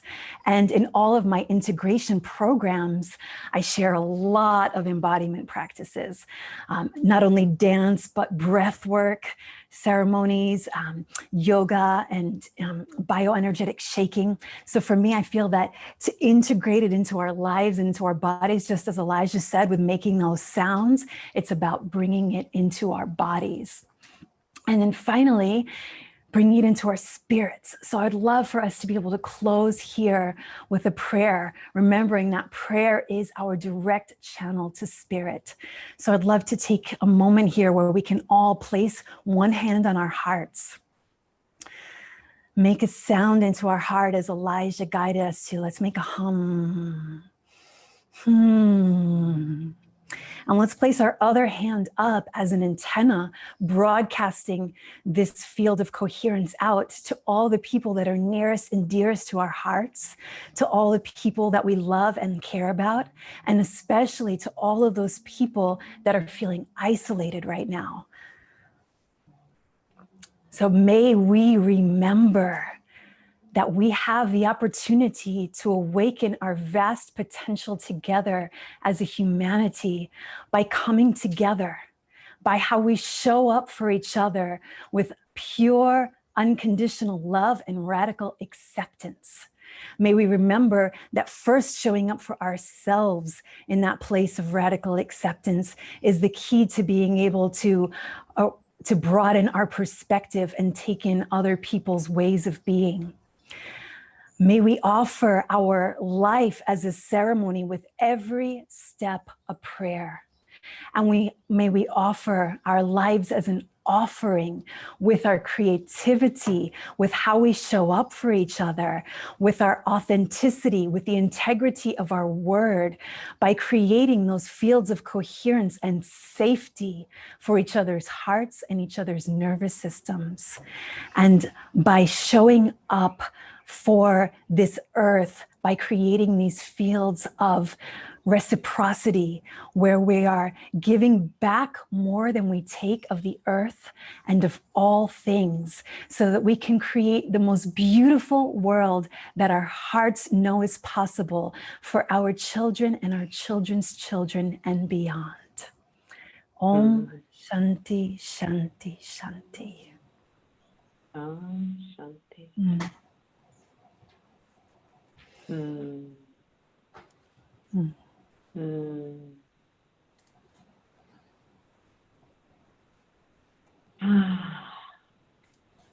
so be it. So it is. And so it is. Thank you for bringing it together. Thank you, Mama. Thank you, Michelle. Beautiful. And you have a beautiful offering to share. Do you want to say something? Your website is gorgeous. Thank you so much. Well, here's one thing. There's a free breathwork practice there. It's a practice of priming where we remember that we are sovereign, powerful creators of our reality. And in just 11 minutes, you can manifest all your visions and dreams with grace and ease and create anything you want for your life, your health, your body. So if you click on that, you can receive that free 11-minute practice. And yeah, just you can go onto both of my websites, sign up to be on the mailing list. I think the Instagram is there, livingwisdom.one, and I'll be sharing a lot more on how we can come into these fields of coherence through integrating these practices into our everyday lives. Thank you, Michelle. It's beautiful. Thank you, Lisa. I love you so much, so much. Thank you. I love you too. I'm gonna make a little shift in the flow of the program, and I'm gonna go to Matia, because that prayer, I could feel that prayer like moving through Matia right now, and I really just want to bring you back on camera, my sister, and I just want to like lay everybody into your loving arms right now, my sister. Yeah. Feels like it's time. It is so. It is well. It is done. It is well. It is done. I'm going to sing a little bit of this song by Donny Hathaway.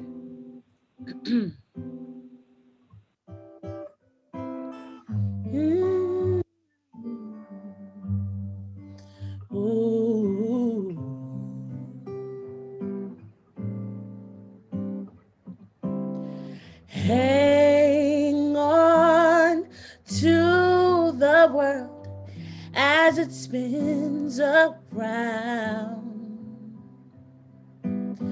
Just don't let the spins get you down.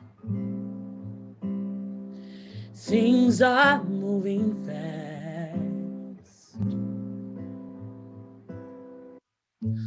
Hold on tight and you will last. Keep your self-respect, your many prides. Get yourself in gear, keep your stride. Never mind your fears. Ooh, brighter day will soon be here. Take it from me, someday we'll all be free.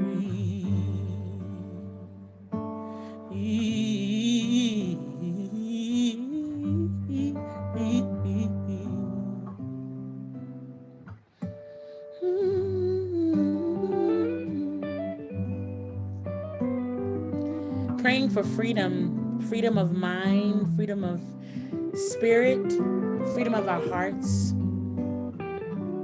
We're praying that we'll be able to one day all be able to be free.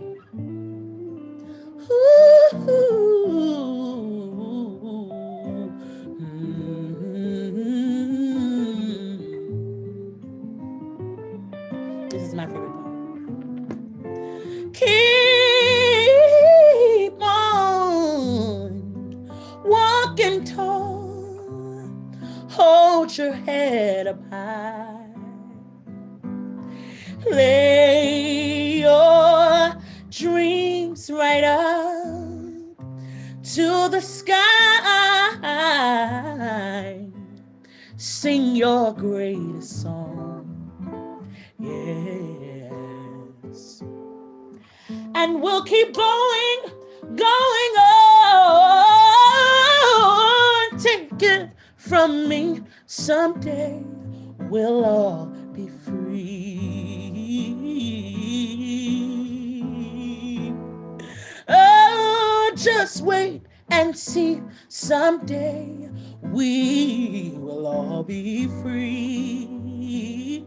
Oh, take it from me, someday we'll all be free. Just wait and see, someday we'll all be free.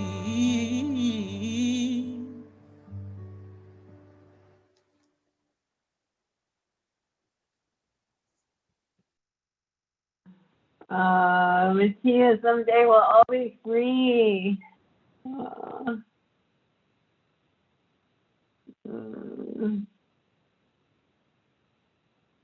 Let's just stay with us for a minute. Let's just stay with us for a minute. You know, you started us off and you brought us right into the most tender place of our own heart. Yes. And then you took us right to the place of our freedom. And this is only the second time that I've met Matia and had her on this show. And it's not going to be the last time that we're going to see this woman in anything that I'm doing. And I really just want to acknowledge that it's not just your voice that you're bringing. And I know my acknowledgement is touching you really deeply, Matia, because I'm feeling the gift that you bring onto this planet. And I really want to say thank you. I really want to say thank you. Thank you. Thank you so much. Yeah. So we'll see more of Matia. We need more Matia on the planet. Thank you. Thank you, love. Wow. All right. Pete Longworth, Mr. Pete Longworth. That was so good. Another truth drop. Saturday Night Live. I like that this is a regular thing on Saturday Night Live. Don't you, Pete? Don't you think this is a really good thing? Yes.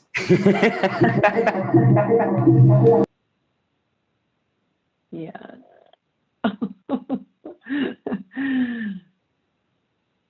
It's Mercury retrograde. It's the last day. It's actually like the day when Mercury goes into stillness.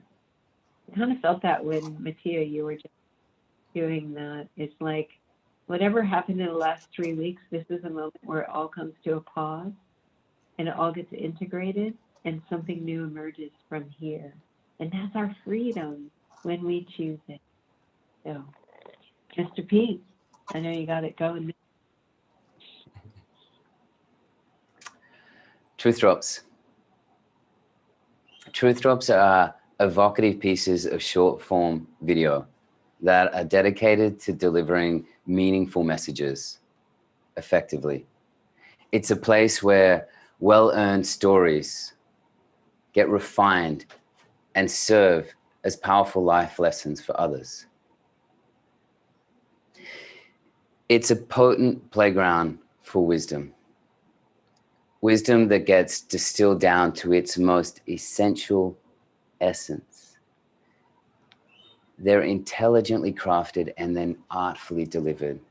No gimmicks, no BS, just pure, uncut, single take message. Truth drops are an open door, an opening of a door to greater potential. And it is my privilege to share with you a truth drop that we created with a dear brother, Mr. Adam Apollo, who provides an incredibly illuminating perspective on how through acceptance we can deepen into our potential. Accepting the truth of our history changes everything. Studies have shown that our emotions can cause our DNA to contract or expand, bring us to disease, or restore our health. What happens when we change how we feel about our lineage and our ancestry, that which is encoded in our DNA? What happens when we change how we feel about our childhood? What happens when we change how we feel about the past and human history on this planet? Can we change who we are going to become by accepting more of who we are and who we have been?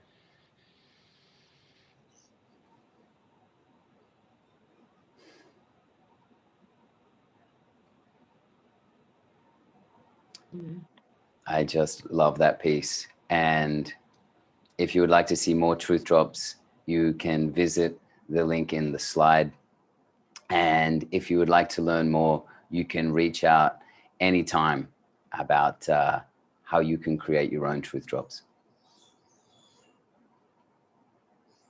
Thank you again. Thank you, Pete. I'm so glad we're going to have truth drops regularly on Saturday Night Live. They're so potent, and I know you have some great ones. You have Nassim, you have some other really awesome people, and we have Pete doing his own truth drop. So, and I'm going to create a truth drop. You and me. Yes, you are. Yes, you are. Yes, you are. The world needs it. There was a lot of truth drops laid down tonight so far.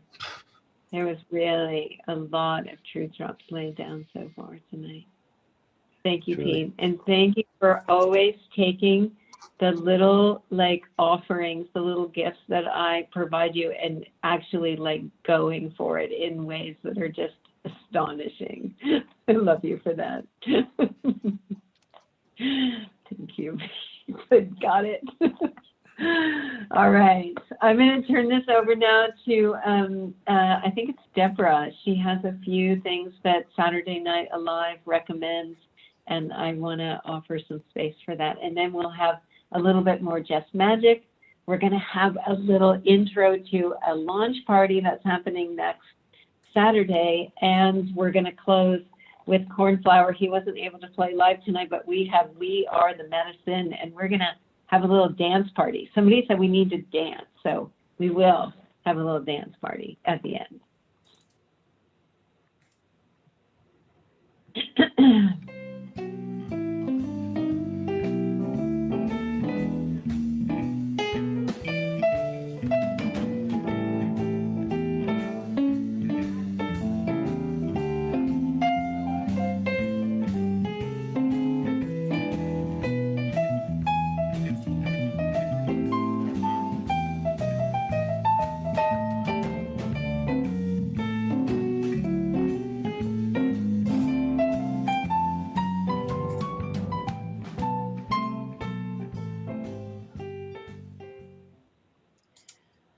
Thank you, everyone, for, again, an amazing show. And this is part of the show where we get to share some cutting-edge opportunities that are now coming out during these highly evolutionary times.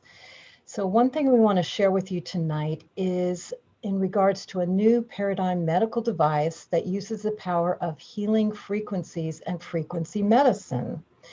Nikola Tesla said, if you want to understand the universe, try to understand it in terms of energy, vibration, and frequency. And Albert Einstein said, the future of medicine will be the medicine of frequencies. So the Healy is a wearable bioenergetic frequency healing device that analyzes your bioenergetic field and delivers customized microcurrent frequencies for optimum wellness, homeostasis, and cellular regeneration. I have personally had one for the last 9 months. I'm on computer a lot of the time, especially because of birthing this program every single week. And I have found that it's helped bring my energy into balance after being on the computer all day. So let's see a video about this now.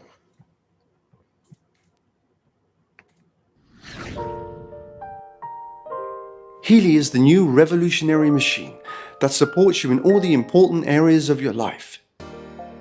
This easily wearable device helps you to improve your well-being in a holistic and sustainable way. Whether for health, wellness, fitness, beauty, or the mind, Healy is extremely versatile. Healy's unique and specific frequencies can be used at any time to help on all levels with your overall well-being.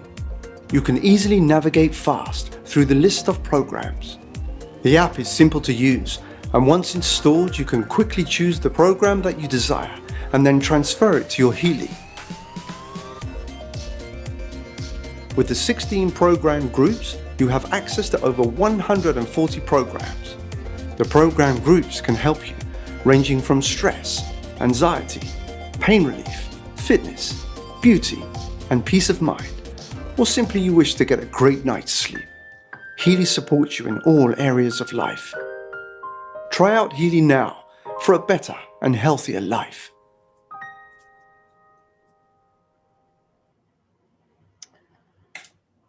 Great. And one reason why we're sharing this with you, because periodically they do specials where you can get the product off for half price. And this is going to happen through March 1st, so it makes it really affordable. And I want to bring on now Ann Rogers, who's been working with Healy for a year or more and knows a lot about the product, has had a lot of experience herself and working with other people. So thank you, Ann, for coming on and saying a few words about the Healy. Thank you. This is the little Healy right here. And when I first heard about this being available in a portable form, I couldn't wait to get my hands on it because we have a clinic and we use all the bioenergetic tools, the beamer and the biomat and all kinds of things that really create rapid healing and lower inflammation and do all kinds of things in the body. The Healy, this little guy, it's HEALY, is something that many of our friends here who are even on the program here have little Healys, and it just balances us out. The inventor of Healy was a monk for 12 years. he was a quantum physicist who wanted to really discover, you know, how do you describe God in quantum physics terms? Well, he found that he was right between understanding God through consciousness as a monk, but he also was a quantum physicist. And he put together all these healers in Europe who were using this Rife type of technology and figured out a way to put it through our cell phone. And you download it from a cloud, you put it on, you wear it, and I've used it to correct so many things. It's like a little doctor for the house. I've recently woke up with a bladder infection, and I used a program to figure out which frequencies I needed, and I did them, and 2 hours later it was gone. So we have a special going on right now, and that's why Debra brings this up every once in a while. It's because you can get it for anywhere, half price in many cases. So you can get it anywhere from $500 to $1,500 when it's normally upwards towards $2,500. So it's just an opportunity to jump in, get this little. Hi. Oh, there you are. All the programs are included with it, and it's an amazing little tool. So if you're interested, were you going to put up the information, Debra? Yeah, it's in the chat room, and we'll also put it in the email that you get on Monday, which has the replay. So you'll have it also sent to you. And Anne's available to answer your questions. Yeah, that's the main thing. Is this thing is not necessarily easy to use. In some cases it is if you're tech savvy, but I recommend that you contact us if you buy one and let us train you, let us help you. It's an amazing little tool to add to your life. But let's do it together, because it really makes a difference when you get trained on it. And that's what I'm making myself available to for Debra's group. Thank you, Anne. I've got a Healy. I use it all the time. Debra kept talking to me about it, and I was like, come on. But you know what? It gives me better energy and has helped me with back pain as well. So get your Heelys, or at least get information. And you know, this is a good reminder why it's really best for people watching on Facebook to come on into our Zoom room, where you can get, it's easier for you to get all the chat, so many links going back and forth, and just easier to track all that's going on this show. So Saturday Night Alive is growing and expanding in wonderful ways. And one of the things we're beginning to do now is to take our favorite teachers and give you an entire day with them. And so we decided we wanted to start with Andrew Harvey, who is amazing. He's my personal favorite living teacher at this time. And here's what Andrew has to say about the very first workshop we're going to do. It's going to be with Andrew on March 14th. My name is Andrew Harvey, and on March the 14th, I will be presenting with Scott and his crew a fabulous day dedicated to the new book that I've written with Carolyn Baker called Radical Regeneration. In the morning, for 2 hours, I will lay out the radical vision that is exposed in that book of the great death that's happening in our global dark night and the extraordinary promise of birth that it holds. I believe that the dark night that we are in is the birth canal of a new embodied divine humanity. And I will lay out that belief in precise ways that will both warn you and galvanize you. Then in the afternoon, I will offer the vision that I have of radical intimacy with all things and the challenge to be noble in our time, and offer practices that can sustain both that level of intimacy with all things and strengthen that nobility that leads us forward into becoming sacred activists and birthers and warrior midwives of a new world. I love that. Beautiful. So, that's 1 minute, isn't it? Just amazing. You know what? I didn't time that one. He's amazing. He's just like so passionate. This guy's written 45 books. He's collaborated with people like the Dalai Lama. He speaks multiple languages, and he has an understanding on a very profound, dynamic level of what's going on this planet. So spend a morning and an afternoon with us. And Debra's putting into the chat box the links I'll just pull it up briefly so you can take a look at it. And again, you can come in for the morning from 9:30 till 11:30 Pacific time, or the afternoon from 1 o'clock till 3 o'clock, or you can do both. And of course, I encourage you to do both. Most important thing, register now and you'll get the early bird price, which is significantly less expensive. So come and register now. Then the last thing we want to share, and our Global Peace Tribe recommends, again, all these incredible people we meet. So most of you know I do a show every Friday night and I do a show every Sunday, usually featuring some of our favorite people that we've seen on Saturday Night Alive. And tomorrow morning, as my special guest, I've got Cory, who some of you have seen on this show. She's an amazing visionary, very psychic, very an example of what human beings are capable of. And she first explored her own superhuman abilities, and then she made a movie called Becoming Superhuman. And it's all through raising of consciousness. She's my special guest tomorrow morning, 10 a.m. Pacific time. Again, Debra's putting the link into the chat box. You can watch live on Facebook. Just go to my page or Love Coach Academy, or come into the Zoom room, and then you can come in and ask us questions. So hope to see you all tomorrow morning. Cory is amazing. I did not know her before Saturday Night Live. I met her through the show, and I realized I wanted to spend time with her. So that's why we've got her coming onto the show. So thank you, everybody. And now I'm going to turn it back over to Teresa. Thank you, guys. I have a Healy too. They work really great. Wendy Grace actually turned me on to it, and such a wonderful thing for us to use vibrational medicine to support us in our healing. Gregg, I wondered if you were there. I know that you have a busy morning tomorrow, and I wondered if you wanted to say a quick hello before you need to go. Let's see. Oh, I am here.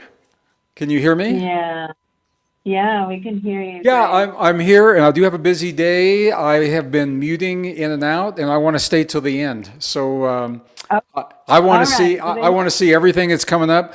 But I will say, if I don't get to say goodnight to everyone, thank you all for sharing your evening with us. I love you all, and I look forward to our next. But I'm here till the end. Okay, great. Well, we're bringing Jess Magic up next. We're going to have Jess and Jenna with some music. And then I'm going to share about the the Islands of Coherence and the party I want you guys to join us next Saturday. So let's bring Jess and Jenna in right now. Our volley, sweet loves.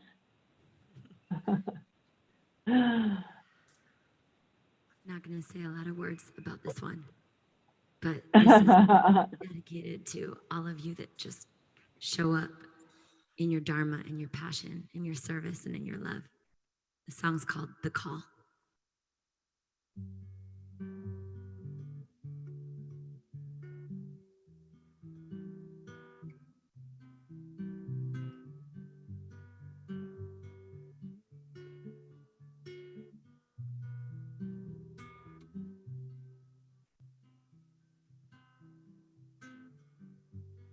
So many lives have been broken,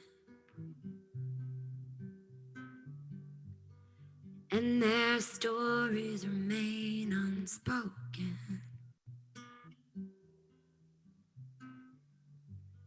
So many souls have been in prison.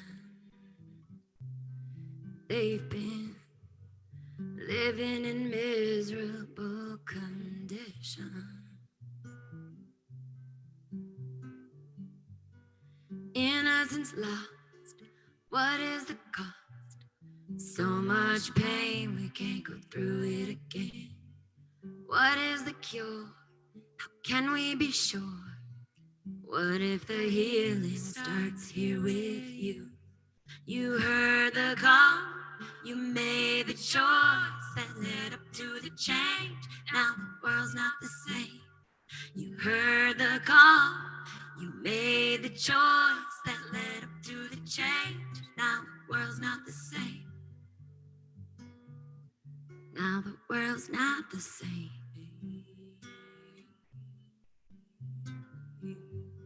So many living without vision.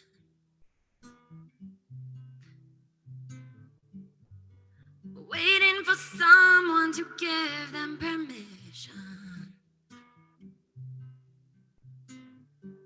Well, the time is now, there's no time for trying. Oh. You open your heart, you heard the crying. Oh. Innocence found when love pours out. That's what the heartbeat is all about.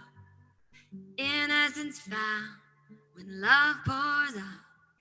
That's what the heartbeat is all about. You heard the call, you made the choice that led up to the change. Now the world's not the same. You heard the call, you made the choice that led up to the change. Now the world's not the same. Now the world's not the same. You are the call, you are the change, you are the choice. You are the one, you are the love, you are the voice. You are the call, you are the change, you are the choice. You are the one, you are the love, you are the voice. Oh, oh. You stood for freedom to fight the slavery. And then you overcame fears just to face your bravery.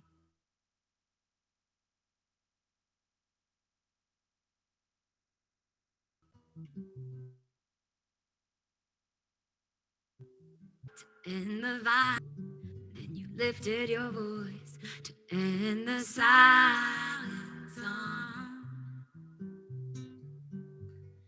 Innocence gained, replacing the pain.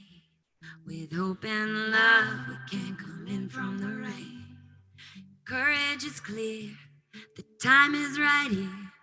This is the mission that we're living right now.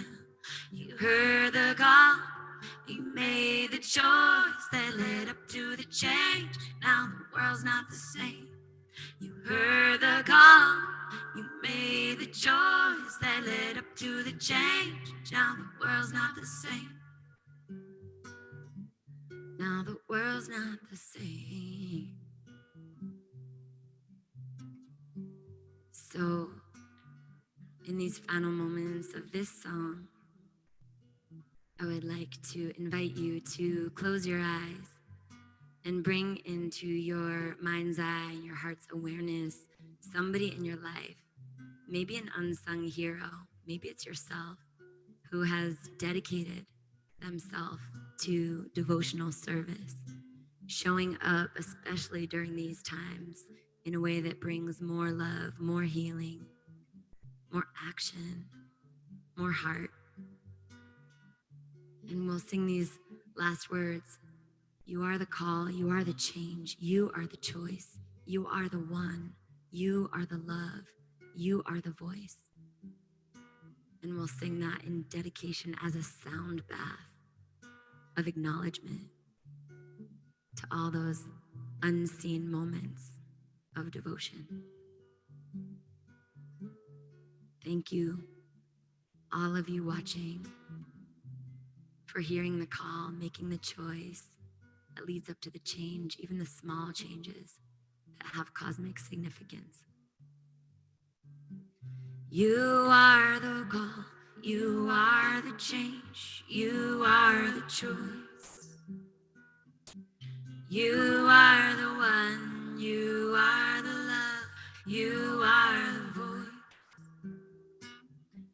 You are the call,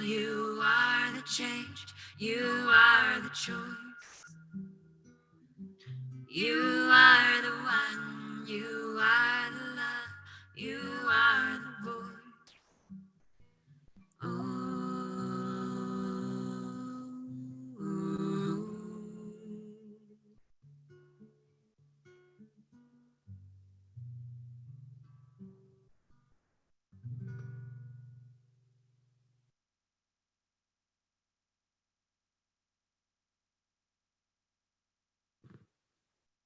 Thank you.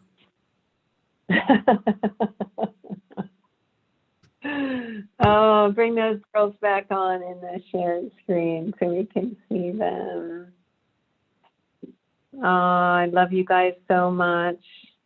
Thank you so much for coming on tonight and sharing your love. And, you know, one thing, Scott's going to bring up your website, Jess, with the Rise of the Hardest. And I just want to say that that's, you and I have one thing in common where we actually can see that there is a solar system of organizations and initiatives and people that are really modeling and embodying and expressing the change and creativity, and we're like raising a flag to say, here they are, like this is the place to gather, right? If we want to stabilize, then let's come home to this place in the center of our fire circle, and you really are making a space for that, and you're making a space for other artists to be seen and heard, and I just really want to appreciate you, and I want to appreciate your team there, and you know I love you, Jenna Lee, and all that you do to help bring this message out. So thank you both, and let's keep doing it. Let's keep like shining a light on the amazing uprising of love that is happening everywhere. And just tell us a little bit about some of the things you're doing.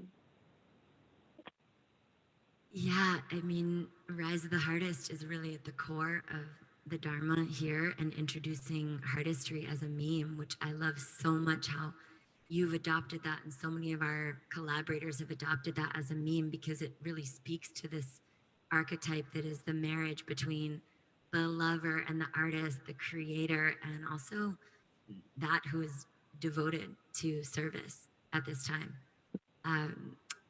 Probably if people want to get more involved with their own artistry right now, the best way is to get involved with this program I have called Free Your Voice. And it's really beyond singing. It's this idea that we don't sing to be good, we sing to be free, and that Michelle spoke about it, and Gregg spoke about it, and Elijah spoke about it, but there's this opportunity to go into the somatic intelligence and to release barriers and blocks so that we can be the most liberated, free versions of ourselves. And the voice is a channel that allows us to express our soul out in the world. And as we learn how to do that, as we learn how to resonate from our soul, resonate from our heart, and then bring the quality of that level of embodiment and wisdom and connection through our voice, it allows us to have a completely different experience of being human. So that's an offering that you can check out on my website. And the last thing I'll say is that Jenna and I and our friend Kita are recording an EP. And this is the first time people are like, oh, where can we hear your music? I'm like, well, if I'm playing the ukulele, you can hear my music. But we're recording, including that last song we just sang, we're recording an EP. So if you want to stay in touch about that, just sign up on the website, on my website, and we'll keep you posted about what's happening. But the release will be in April. Yay. Thank you guys so much. And, you know, the other thing, Jess, I just want to say that you guys are really raising a flag for, making visible, is our need to support the artists. Like, you know, if you're inspired by whomever right now, and they're nurturing you in some way, like give them a little love, give them a little bit of resources. Like, we need to fund the new world. We need to stop funding the old story. We need to really watch where we're putting our resources and our time and energy. And I really appreciate that your initiative with reimagining the 1% is really calling us all to say, like, what if we invested some of our time and our energy and our resources into funding and contributing and experiencing the new? And so thank you for that. it's time for the modern renaissance. It's happening. So the hardest and funding the hardest, I call them patrons of the hearts, but it was patrons back in that era that believed in this certain quality of artistry that helped lift a whole civilization out of a depression, out of the dark ages. And so we're in that right now. And I do believe that it's the hardest, and by elevating those artists and storytellers that you are so attuned to curating, Teresa, and that are on this show, that's a huge way that we're going to actually experience this phase shift.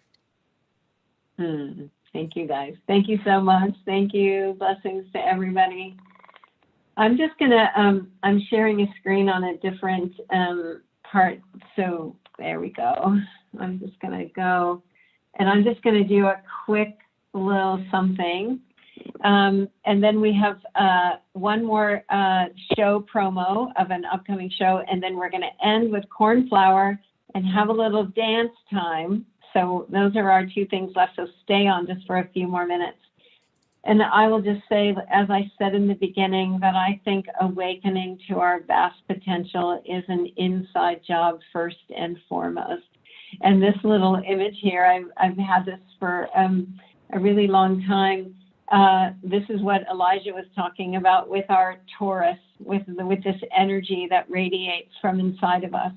And I really think that that's really the first place that it happens, but it is in community. It is in a communion of souls that it happens. And I've been drawing these images for a long time. If you see some of the images that I've been drawing over the years, for the last 20 years, as I've been working with pioneers like Barbara Marx Hubbard and Gene Keys and Resonance Science Foundation and Thrive and so many others, I've been seeing this clustering that begins to occur as the awakening begins to happen. And I think that we are being clustered right now. I think that we're being gathered together when we come into that place of wholeness inside of ourselves, and we begin to attune into the current of our purpose, and we begin to find the part of the body, the new body that we are. And these are the kind of images that I've really seen in my mind's eye and my heart's eye, that this is what's occurring right now. It's that we're finding ourselves, investing our time and energy, really finding where we actually feel alivened, and that's where we're investing our time and our love and our energy. And this quote, when I was working with Barbara Marx Hubbard 20 some years ago, the moment that I heard this quote, when a complex system is far from equilibrium, small islands of coherence. We've been a small islands of coherence tonight. Small islands of coherence in a sea of chaos have the capacity to lift the entire system to a higher order.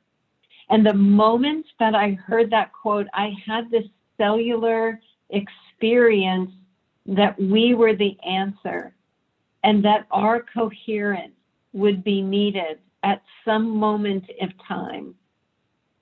And it really set me on the path of my life and my life of service. It's like everything that I've been doing since then is, first of all, how do I cultivate greater presence and resonance and coherence in the heart of my own life? And how do we join together to do that? Because I believe it's the islands of coherence that are what's needed from us right now. And so in fulfillment of this feeling of purpose, the team that has been producing the Global Coherence Pulses, we have created something, whoops, I'm going to go back to that, called the Islands of Coherence, and it's a new heart-centered social network. We actually launched it, the first version, back in August when we did the Global Coherence Pulse experience. And I just feel like we can have these events, we can have these moments, but what we need right now is we need a playground. We need a space where we can actually practice and cultivate and pulse the planet with this coherent energy, where we can really focus our energy and attention with one another, and really begin to embody what an island of coherence is. And in this new social network, which we're going to co-create together, it's not being kind of given to us from somewhere on high, but that we're going to be able to co-create it.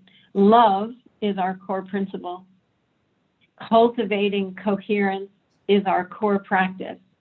And co-creating a thriving world for all our shared purpose. Like, isn't that what we're looking for? And I think many of us are wanting to get off Facebook and some of the other social environments where censorship is becoming so rampant, where we're just being advertised things that are like relevant to our age group. I see nothing on Facebook but age creams, because now I'm 59. So I should be thinking about how I look, right? And instead we have a place where we can come together and we can actually focus on the embodiment of what it is we're talking about. So the Islands of Coherence, we're going to have a launch party next Saturday at 12 o'clock, and we will open this new social network, and we'll tell you all about it then.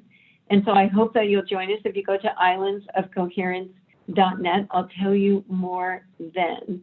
But it's really a beautiful place, a virtual village, a space where we can come together as heart-centered peers, and we can cultivate something beautiful together. And many of the people that we're on tonight will be hosting clusters there. So anyway, come and see what's going to be happening there. Oh, wow.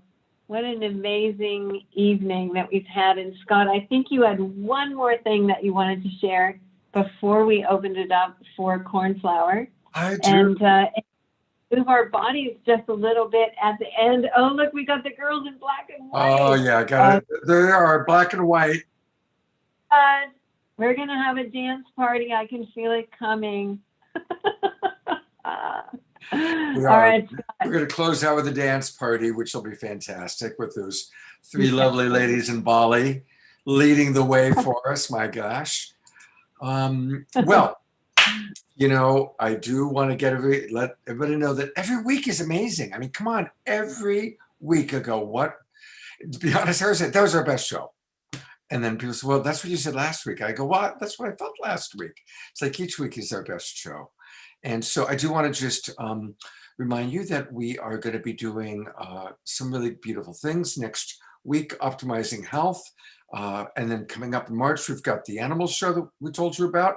Send us your photos of your animals. And we're also going to do another Indigenous show, also brought to you by J. Mayer and Light Touch. So March 27th, our next Indigenous show. And Giselle, who just saw singing, she's going to be performing on our show next week. So we're really excited about that. So definitely join us. And I think now to wrap us up, we're going to bring on one of our favorite musicians. You've seen him on Saturday Night Live many times before. Teresa, I'll let you say whatever you want to say about our beloved brother, Cornflower. Cornflower, I'm so happy to have you on today, and I'm so sorry we didn't get to hear you live, but we're going to hear you. We're going to hear you with one of my favorite songs of yours. And also, you're another one that I just know that we need to hear more from you with your words as well as your music. So I'm looking forward to bringing that forth from you. And I love you, Cornflower, and I know that we have lots of dancing to do going forward. I'm going to bring Cornflower into a course that I'm going to be creating, a living in the current of your purpose, because every time I talk to him, I feel like he's opening to ride that current right now, and so hearing from him will be so valuable. So Cornflower, turning it over to you, and well, let's have a dance party. Yeah, well, again, I don't know if you guys can hear me well or if you can see me well. The internet you look here great. has been, you look great, and we hear you fine. I'm so grateful. It's been a journey and an opportunity to breathe. And I think to tie it into what the focus of this event has been about, awakening to our potential together, is how we respond to moments of challenge, and how we flip the script on our perspective of what it is that's being presented to us, because everything that shows up is showing up for us. And that's been a lesson I've learned over and over. And I feel like I'm finally starting to relax into that truth. And tonight was an opportunity to relax into that truth and to hand it off. And thank you, Elijah Ray, for my dear brother from the One Mother showing up and bringing my favorite song of his to play earlier. So thank you, brother. Oh yeah, there he is. Thank you so much, man, for the way you show up, and I'm so grateful for the way we've woven our lives together over 15 years now, 16 years. So yeah, I am just thrilled to share with you this song. You Are the Medicine came through in 2009 in the middle of a jam, and it slowly made its way out into the world. And finally, I found two brothers from the band Indigenous, who both carry a very similar ray as all of the artists here, in that they have big medicine that comes through their lyrics and their presence. They both were born with cystic fibrosis and have completely crushed what the doctors said about their lives. They said they would live until they're 18, and they're now in their mid to late 30s and providing some of the greatest musical medicine on the planet. And I was so honored to get to co-create this song with them. And I'm so grateful Teresa called forth this song because I think it really sums up a lot of what everyone was speaking to today. So with that said, I think Scott is the maestro with the play button. So I love you all so much. Thank you so much for being here. And ironically, your audio and your video is perfect right now, just so you know. So it's a cosmic joke. These guys in Dubious are amazing. So that you're playing with them is something. So I'm going to start the video, but everybody start dancing. And I may go back and forth a little bit between visually seeing the video and visually seeing our beloveds in Bali and anybody else dancing. So here we go. Awesome.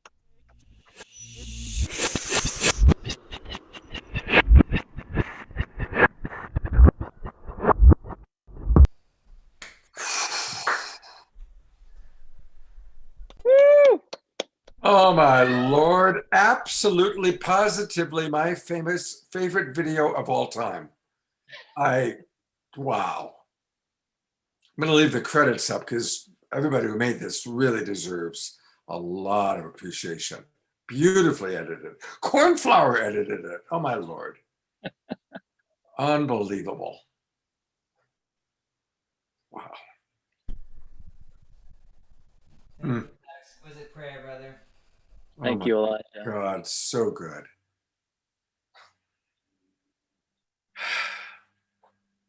It's so beautiful how things like this come together. I was in the middle of a jam in 2009, and the You Are the Medicine That's Been Sent Here to Heal the World came through. And in 2010, I started writing more of the lyrics. And that was when I met Indigenous. And then later in 2011, we were touring together, and we were like, let's do a song.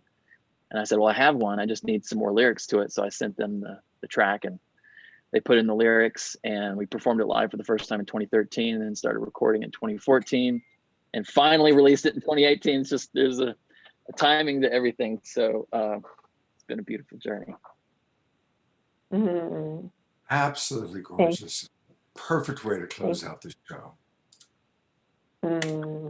Thank you. Thank you, everyone. Let's stay on gallery view. I just want to thank everybody for coming tonight and adding your love into this exploration of how do we awaken our vast potential together. And you can see we're already doing it. It's happening right now through all of us. And we need each other. We need moments like this where we can come together and just remember. And the more that we remember, the more that we can stabilize. And so I just want to thank you, Elijah Ray. Just love you so much. Thank you so much. And the Bali crew, you girls, and Pete, guys look so beautiful in black and white there, just dancing away and sharing your love. Thank you so much for that. And cornflower, yeah, there we go. Oh, and I brought in Daniela and Maxie, who are some regulars on our Global Coherence Pulse and on our breakout groups. And Maxie's like, I don't know, how old is Maxie? I don't remember how old he is, but he's like my youngest fan. And we have a love affair going, Maxie and I. So they've joined us tonight. And Jay, thank you for all that you do to make Global Coherence Pulse happen. And Debra and Scott. Wow, what a beautiful crew. And thank you. There's Maxie. Hi, Maxie. Staying up. Hey. You love me? I just love our house party. You love our house party. It was the first party we joined, and he loved it. He loved to see Gregg again, and we are with you, Gregg, and with all of you, feel so connected. Thank you. Love to see you. Yeah. Thank you all. Thanks for showing up tonight, and thanks for inviting us into your living room and into your heart and into this exploration. And let's keep asking this question, and let's keep finding out what it actually takes to awaken our vast potential together. And come to our launch party next Saturday. Next Saturday. I'll be there. We'll be there 12 noon Pacific time. And then, of course, at 6 o'clock, Saturday Night Live again. Thank you, everybody. It was wonderful. What a great, amazing group of high vibe beings. And thank you to everybody watching. You know, obviously, people here on camera get the exposure, but, you know, each and every one of you at home, you are all just as important. We're all precious cells, imaginal cells, finding each other and creating the butterfly out of the dying caterpillar. And so God bless each and every one of us. Thank you. Great job, Teresa. Love all of you. See you soon. Bye. See you all next Saturday. Bye-bye.